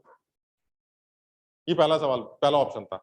मतलब जो आदमी पढ़ा लिखा था वो जानता था पोटेशियम की 1 के अलावा कभी कुछ हो ही नहीं सकती, तो यही ऑप्शन टिक करना था। और तो ये नीट जैसे एग्जाम में, ऑल इंडिया लेवल के एग्जाम में इस तरह का सवाल आता है जिसमें पोटेशियम की ऑक्सीडेशन स्टेट +4 बोली गई है, तो पता है दिस इज सुपर ऑक्साइड है ना। तो पोटेशियम की ऑक्सीडेशन स्टेट तो हमेशा ही +1 होती है यार, इसमें सोचने की जरूरत ही नहीं। तो जैसे ही ऑप्शन जिसने पहला पढ़ा उसने इसको गलत बोल दिया। तो ये भी एक सवाल पूछा। हालांकि हमें याद रखना था इस बात का कि एल्कली मेटल्स जितने भी होते हैं और जितने एल्कलाइन अर्थ मेटल्स हैं उनकी ऑक्सीडेशन स्टेट हमेशा फिक्स होती है, दैट इज +1 एंड +2। तो पोटेशियम एल्कली मेटल है, इसकी ऑक्सीडेशन स्टेट हमेशा +1 होगी और आयोडीन यहाँ पर क्या होगा, -1। यहाँ सिल्वर हमें पता ही है हमेशा +1 होता है, आयोडीन क्या होगा, -1। पोटेशियम हमेशा +1 होता है, नाइट्रोजन नाइट्रेट के अंदर +5 और ऑक्सीजन -2 होती है। ठीक है, ये सब लोग लिख पाओगे ऑक्सीडेशन स्टेट्स। तुम बताओ अगर तुम्हें AgNO3 का इनफैक्टर निकालना है तो क्या AgNO3 में सिल्वर अपनी ऑक्सीडेशन स्टेट चेंज कर रहा है थ्रू आउट? क्या नाइट्रोजन की बदली, क्या ऑक्सीजन की बदली? नहीं। तो इसका मतलब ये हुआ सिल्वर नाइट्रेट एक ऐसा सॉल्ट है जिसमें किसी भी एटम की ऑक्सीडेशन स्टेट चेंज नहीं हो रही है। और अगर किसी भी एटम की ऑक्सीडेशन स्टेट चेंज नहीं हो रही है तो this is my first category salt. और फर्स्ट कैटेगरी सॉल्ट का इनफैक्टर आपने बता दिया सर, कैटायन का चार्ज या एनायन का चार्ज। कोई जल्दी से बताए AgNO3 का कैटायन कौन? Ag+। और एनायन कौन? NO3-। तो इसका मतलब सर कैटायनिक चार्ज ले लो चाहे एनायनिक चार्ज ले लो, द इनफैक्टर इज 1। कुछ बच्चे जल्दबाजी में कैटायनिक चार्ज 5+1 लिख देते हैं। ये कैटायनिक चार्जेस नहीं है, they are oxidation states. Oxidation state is the feeling जो एक एटम फील करता है जब उससे लगे सारे कोवेलेंट बॉन्ड्स को आयनिक बॉन्ड मानकर तोड़ दिया जाता है, तो उस एटम पर जो भी चार्ज आता है उसे ऑक्सीडेशन स्टेट कहा जाता है। बात समझ लो सब लोग? यानी कहने का मतलब ये हुआ कि ये +1 और +5 they are only oxidation states जो इन एटम्स पर आने वाले चार्ज की फीलिंग है इस कंबाइंड स्टेट में। जबकि कैटायनिक चार्ज कौन सा है, एनायनिक चार्ज कौन सा है? तो सिल्वर नाइट्रेट का जो कैटायन है वो Ag+ है, सिल्वर नाइट्रेट का जो एनायन है वो NO3- है। So the cationic charge, anionic charge, the n factor should be 1। Similarly in case of Ki, potassium बदला, बदल ही नहीं सकता, आयोडीन बदला, बदल ही नहीं रहा, तो ऐसे में इस सॉल्ट का इनफैक्टर भी कैटायनिक एनायनिक चार्ज से निकलेगा। The cationic part is K+, anionic part is I-, so n factor is also 1। यानी इन दोनों ही सॉल्ट्स का इनफैक्टर 1 कंसीडर किया जा रहा है। क्यों? क्योंकि ये दोनों ही लोग मेरी फर्स्ट कैटेगरी को बिलोंग कर रहे हैं। बताओ यहां तक समझे? Yes sir. यानी अगर ऐसा कोई भी सॉल्ट जो हमारी फर्स्ट कैटेगरी को बिलोंग करता है, कौन सा सॉल्ट होगा फर्स्ट कैटेगरी? ये जो कैटेगरी की बातें कर रहे हैं ये मैंने बनाई, मैंने मतलब हम लोगों ने बनाई। ये किताब में नहीं मिल जाएगी कि मतलब एग्जाम वाला नहीं पूछेगा कि बताइए ये किस कैटेगरी का सॉल्ट है। ये कैटेगरीज हम लोग बना रहे हैं ताकि आसान हो जाए सवाल को सॉल्व समझना। तो फर्स्ट कैटेगरी का सॉल्ट मेरे हिसाब से वो सॉल्ट होगा जिसमें किसी भी एटम की oxidation state through out change नहीं होती। अगर वो सॉल्ट ऐसा कैटेगरी को बिलोंग करता है तो उस सॉल्ट का कैटायनिक चार्ज या anionic charge, because salt is neutral, तो उस सॉल्ट का कैटायनिक चार्ज या एनायनिक चार्ज यूज करके आप उसका इनफैक्टर डिसाइड कर सकते हैं। और इनफैक्टर आते ही आप उसका इक्विवेलेंट वेट या मॉलिक्यूलर वेट जो भी कुछ अपना करना कराना कर सकते हैं। यहां तक ठीक है? जरा जल्दी से बताओ अगर ये सॉल्ट होता तो उसका इनफैक्टर क्या होता?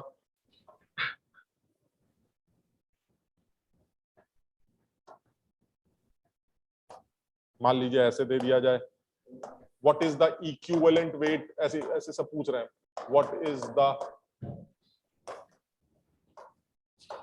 इक्विवेलेंट वेट ऑफ, ये सॉल्ट ले लेते हैं,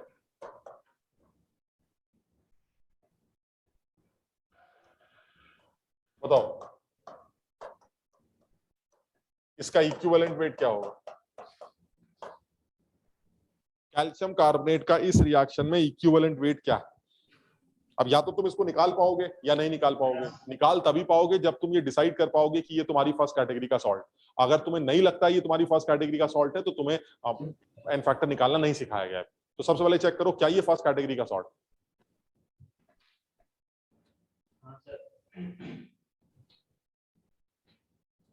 सर 50।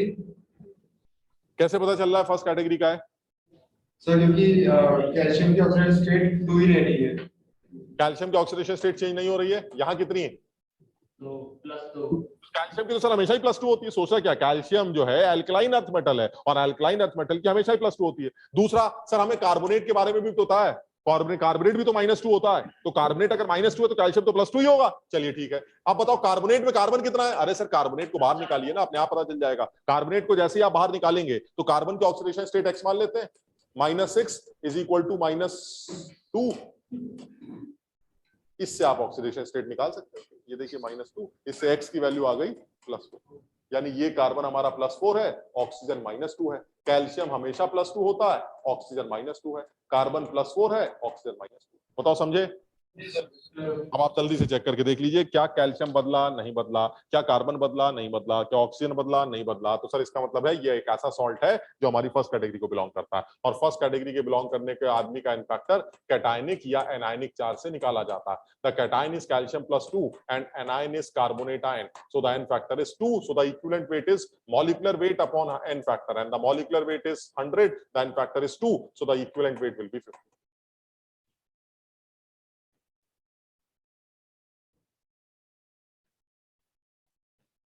हाँ बेटा। इक्विवेलेंट वेट की यूनिट क्या होती है? क्या बेटा? इक्विवेलेंट वेट की यूनिट होती है क्या? नहीं, कोई यूनिट नहीं है बेटा इसमें। Okay sir. बताओ सब लोग समझ पाए? Yes sir. नहीं, देखो यूनिट का इन द सेंस जिस तरह से मॉलिक्यूलर वेट को हम 49, 53 ऐसे बोल देते हैं, होता तो ग्राम में ही है ना पर मोल, उसी तरह से डिफाइन तो ये भी वही किया जाएगा। आपने सिर्फ एन फैक्टर से उसको डिवाइड किया है। इक्विवेलेंट वेट का मतलब होता है अगर आप किसी भी सोल्यूशन में 1 फैराडे का चार्ज पास करें तो जो वेट डिपॉजिट करेगा कैथोड पर वो उसका इक्विवेलेंट वेट होगा। तो दैट इज ग्राम तो लगा ही हुआ है साथ में। मेरी बात समझ रहे हो कि नहीं क्या कह रहा हूं मैं? ग्राम तो साथ में लगा ही हुआ है, तो उसमें तो सोचने की जरूरत ही नहीं है, ग्राम तो हमारा साथ में लगा ही हुआ है। एक सेकंड रुकना है। हाँ सर्वेश। हाँ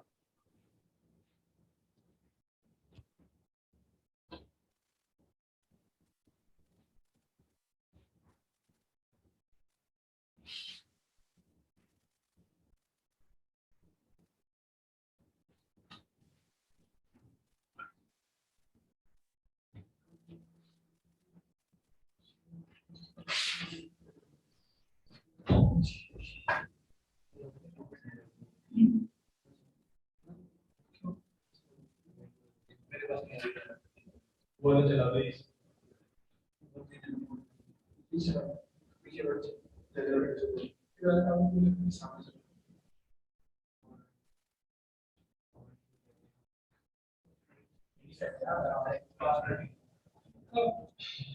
हाँ भाई, ये समझ में आ गया? अब सेकंड कैटेगरी पे आ जाते हैं जल्दी से। सेकंड कैटेगरी कौन सी कैटेगरी होगी बताओ? पहली कैटेगरी थी जिसमें कुछ नहीं हुआ, पहली कैटेगरी थी जिसमें कुछ नहीं हुआ, तो सेकंड कैटेगरी कौन सी लेंगे? सर सेकंड कैटेगरी में धीरे धीरे चलते हैं। सेकंड कैटेगरी एक ऐसी कैटेगरी लेंगे जिसमें कुछ हुआ, समझ लो एक आदमी के साथ गड़बड़ हुई, और फिर थर्ड कैटेगरी बनाएंगे जिसमें कई लोगों के साथ गड़बड़ हो। बात समझ रहे हो? तो धीरे धीरे करके बात कर रहा है, तो मैं सेकंड कैटेगरी के सॉल्ट की बात कर रहा हूं। सेकंड कैटेगरी का जो सॉल्ट होगा हमारा, वो सेकंड कैटेगरी का सॉल्ट एक ऐसा सॉल्ट होगा जिसमें किसी एक आदमी के साथ हम कुछ गड़बड़ करेंगे। यानी सॉल्ट का पहले उस कैटेगरी का नाम लिख लेते हैं। सेकंड कैटेगरी कौन सी होगी? बी कैटेगरी ले लेते हैं। In which there is change in the oxidation state of only one atom of the salt। सिर्फ एक एटम के साथ गड़बड़ हो रही, सिर्फ एक एटम के साथ। और अगर ऐसा हो रहा है तो ये तो कंफर्म है सर, ये हमारी फर्स्ट कैटेगरी का आदमी नहीं। और अगर ये हमारी फर्स्ट कैटेगरी का आदमी नहीं है तो एक चीज और कंफर्म है कि इसका जो एन फैक्टर होगा वो कैटायनिक एनायनिक चार्ज से तो नहीं निकलेगा, इसलिए इसका एन फैक्टर होगा moles of electrons transferred by पर मोल ऑफ द सॉल्ट, पर मोल ऑफ द सॉल्ट। ये हमारा एन फैक्टर होगा। मैं अभी इसको समझाता हूं इसका मतलब क्या है। मतलब ये कहने का मतलब ये हुआ कि अगर ये हमारी फर्स्ट कैटेगरी नहीं और ये हमारी सेकंड कैटेगरी का सॉल्ट, फिर वही ये कैटेगरी हम लोग बना रहे हैं। सेकंड कैटेगरी किसको बिलोंग कर रहा है? सेकंड कैटेगरी का सॉल्ट वो सॉल्ट होगा जिसमें सिर्फ एक आदमी के साथ लफड़ा हो रहा है। तो अगर सिर्फ किसी एक आदमी के साथ लफड़ा हो रहा है तो ऐसे में ये हमारा सेकंड कैटेगरी का सॉल्ट होगा, और इसका इन फैक्टर कैटायनिक एनायनिक चार्ज से नहीं निकाला जाएगा, इसका इन फैक्टर इलेक्ट्रॉन ट्रांसफर से निकाला जाएगा। और वो कैसे निकाला जाएगा वो अभी हम समझते हैं। पहले इस बात को फटाक से नोट कर लो।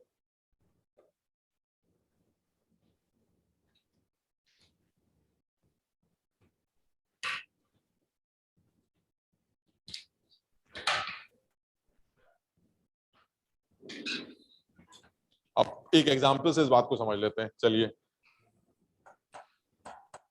किसी रिएक्शन में KMnO4 रिएक्ट कर रहा है और वो मैग्नीज +2 में कन्वर्ट हो रहा है, मान लीजिए, यानी KMnO4 एक ऑक्सीडाइजिंग एजेंट है जो किसी रिएक्शन में किसी के साथ, ये रिएक्शन नहीं लिख रहा, बस ये बता रहा हूं कि KMnO4 का क्या हुआ। तो किसी रिएक्शन में KMnO4 किसी के साथ रिएक्ट कर रहा है, खुद रिड्यूस करके Mn+2 में कन्वर्ट हो रहा है।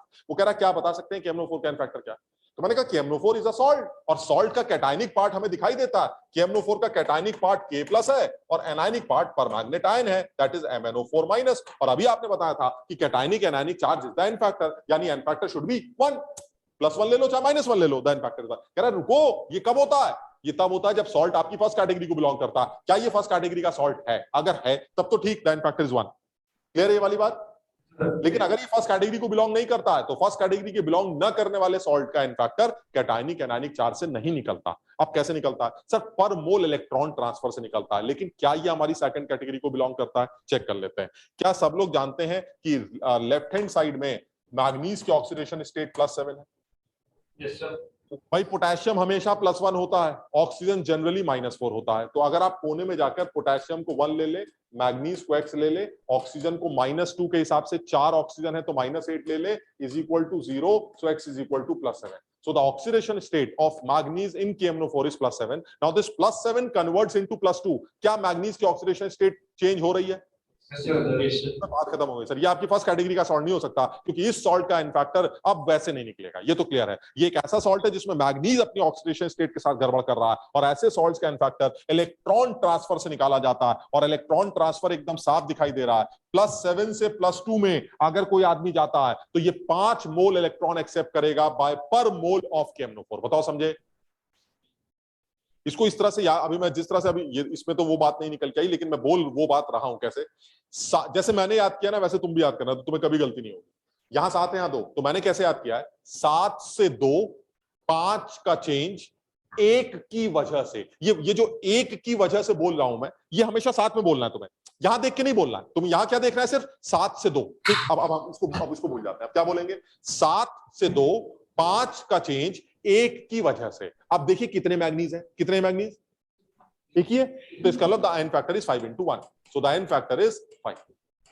इस बात को अगर ऐसे याद करोगे तो कोई गलती नहीं होगी। मैं अभी तुम्हें बताऊंगा कहां गलतियां होती। ठीक, अच्छा, यानी KMnO4 अगर मैग्नीज +2 में कन्वर्ट हो रहा है तो उसका एन फैक्टर 5 होगा, और ऐसी हरकत KMnO4 जनरली एसिडिक मीडियम में करता है, और ये बात तुम्हें याद रखनी पड़ेगी।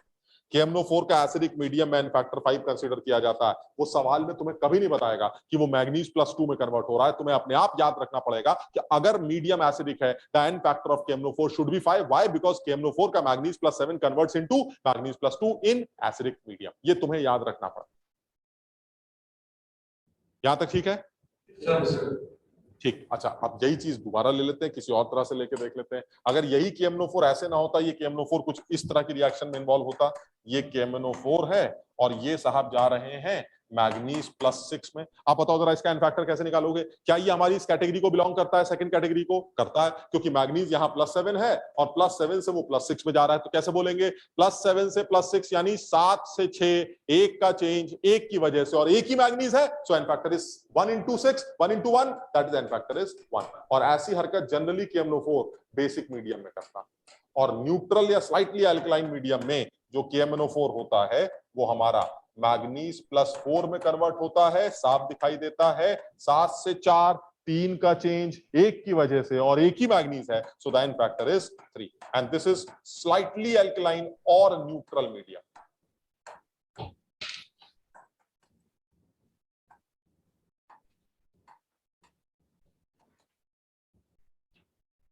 इस बार भी नीट के पेपर में ये सवाल भी पूछा गया था कि स्लाइटली अल्कलाइन या न्यूट्रल मीडियम में मैग्नीज की ऑक्सीडेशन स्टेट +7 से किस में कन्वर्ट होती। तो हमें अगर ये बात पता होती तो +7 से +4 में कन्वर्जन, और एन फैक्टर बिल्कुल साफ दिखाई देता है। यानी जब KMnO4 एसिडिक मीडियम में ऑक्सीडाइजिंग एजेंट की तरह बिहेव करेगा तो उसका इक्विवेलेंट वेट वो मॉलिक्यूलर वेट अपॉन 5 से निकाला जाएगा, और बेसिक मीडियम में उसका इक्विवेलेंट वेट यानी हाईली अल्कलाइन मीडियम में उसका equivalent weight molecular weight upon 1 से निकाला जाएगा, क्योंकि तब उसका एन फैक्टर 1 होगा। हाँ, न्यूट्रल मीडियम में या स्लाइटली अल्कलाइन मीडियम में उसका एन फैक्टर 3 होगा, क्योंकि तब मैग्नीज +7 से +4 में कन्वर्ट। क्लियर है यहां तक? एक और रिएक्शन लिखते हैं, अब तुम मुझे बताना उसका आंसर क्या है।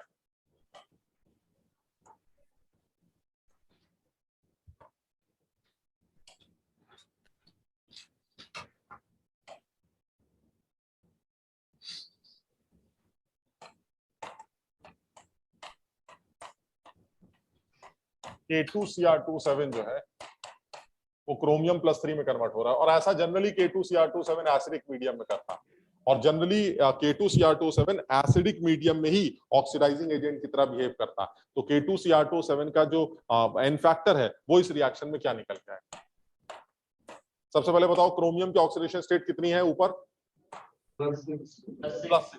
भाई देखो ऐसा है, कुछ लोगों को हो सकता है तुम में से लग रहा हो कि भाई ये कैसे निकालते हैं, मैं तुम्हें फिर से टाइम दे रहा हूं, अगर नहीं सीख पाओगे तो मैं तुम्हें निकालना बताऊंगा, बट मेरा मानना ये है कि 12th पास स्टूडेंट इस काम को कई बार कर चुके होते हैं, तो उनको इस बात का आइडिया होना चाहिए। तो मेरे ख्याल से सब लोग इस बात को एग्री करेंगे कि वो खुद भी कर सकते हैं वाला काम। तो जिसको जरा सा भी डाउट लग रहा है वो एक बार घर में जाके इसको रिवाइज कर ले कि हमने कैसे निकाली क्रोमियम की ऑक्सीडेशन स्टेट। तो पोटेशियम +1 होता है, ऑक्सीजन जनरली -2 होता है, तो वो कर आके 6 आएगा, और यहाँ क्रोमियम कितना दे रखा है? +3। तो आप कैसे बोलोगे? 6 से 3 का चेंज 1 की वजह से है कितने क्रोमियम? तो आंसर इज 6। समझो, ये करोगे तो कभी गलती नहीं होगी। और अगर यही सोचते रहो 2 दे रखा है 1 दे रखा है, कुछ करना ही नहीं, सिर्फ आप ऊपर देखिए कितने का चेंज है। 6 से 3, बस बात खत्म। 6 से 3 का चेंज 1 की वजह से, देखो कितने क्रोमियम है, 2 क्रोमियम है, तो 3 × 2, so the n factor is 6। यानी साफ समझ में आता है कि अगर आप 6 से 3 जा रहे हैं तो 3 का चेंज आएगा 1 क्रोमियम की वजह से, और क्योंकि आपके पास 2 क्रोमियम है, so the n factor will be 6। इधर यहां 100 भी लिखा होता, 100, क्रोमियम के नीचे 100 लिख दो, 200 लिख दो, the n factor will be 6। क्यों? क्योंकि जिसका एन फैक्टर निकालना होता है उसी के एटम से मल्टीप्लाई किया जाता है। इधर कितने एटम्स है मुझे उससे कोई लेना देना नहीं। बात समझ लो? जैसे और एक एग्जाम्पल और एग्जाम्पल लेते हैं। जैसे मान लीजिए इसका बताओ जरा, AS2S3 converts into AS2S5, CuS converts into Cu2 plus SO2। बताओ इन दोनों के एन फैक्टर्स।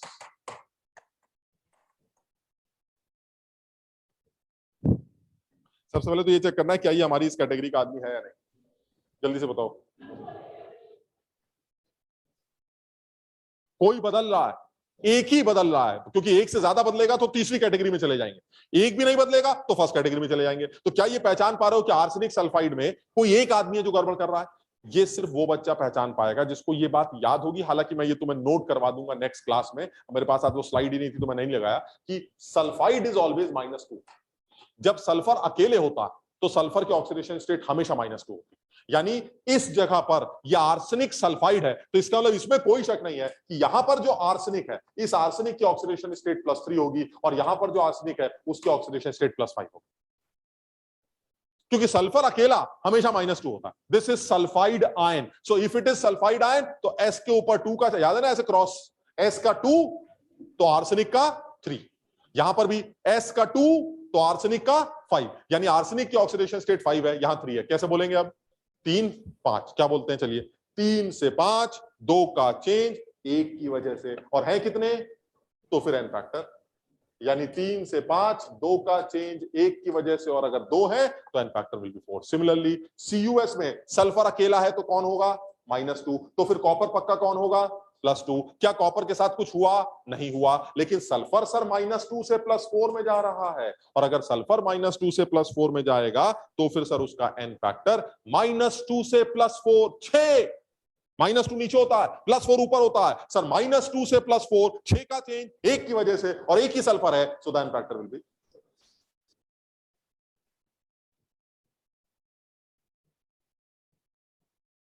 क्लियर है यहां तक? तो आज इतना ही करते हैं, इसको एक बार रिवाइज करना। जिन लोगों को ऑक्सीडेशन स्टेट वगैरह निकालने में कोई तकलीफ है वो भी कहीं से उसको देखें, सीखें, क्योंकि उसमें टाइम बर्बाद नहीं करना चाहते। हाँ, मैं कुछ एनायंस वगैरह के या कैटायंस वगैरह के नाम लिखवाकर उनके चार्जेस वगैरह तुम्हें याद करवाना चाहूंगा, तो वो मैं एक स्लाइड बना दूंगा, तुम उस स्लाइड को देख लेना, उससे भी काम चल जाएगा। ठीक, तो इस चीज को थोड़ा समझ लेते हैं, ये इंपॉर्टेंट है। कल की जो क्लास होगी उस क्लास में हम तीसरी कैटेगरी पर आएंगे जिसमें एक से ज्यादा लोग बदतमीजी करते हैं, और जब ये क्लियर हो जाएगा कि भाई ओवरऑल जो है वो एन फैक्टर कैसे निकाला जाता है, तो फिर मोल इक्विवेलेंट कॉन्सेप्ट पे आ जाएंगे, और उसके बाद एनालिसिस खत्म। बड़ा आसान, तो इसमें ज्यादा झंझट नहीं है। लेकिन अगर उस किसी एक लेवल तक खत्म करना चाहते हैं, बैक टाइट्रेशन, डबल टाइट्रेशन, और जो पूरा चैप्टर, तो उसमें थोड़ा सा टाइम लगेगा, बट ये मुश्किल चैप्टर होता है, तो इसलिए थोड़ा सब्र से करते हैं, है ना। तो आज इतना ही करते हैं, अगली क्लास में फिर मिलते हैं।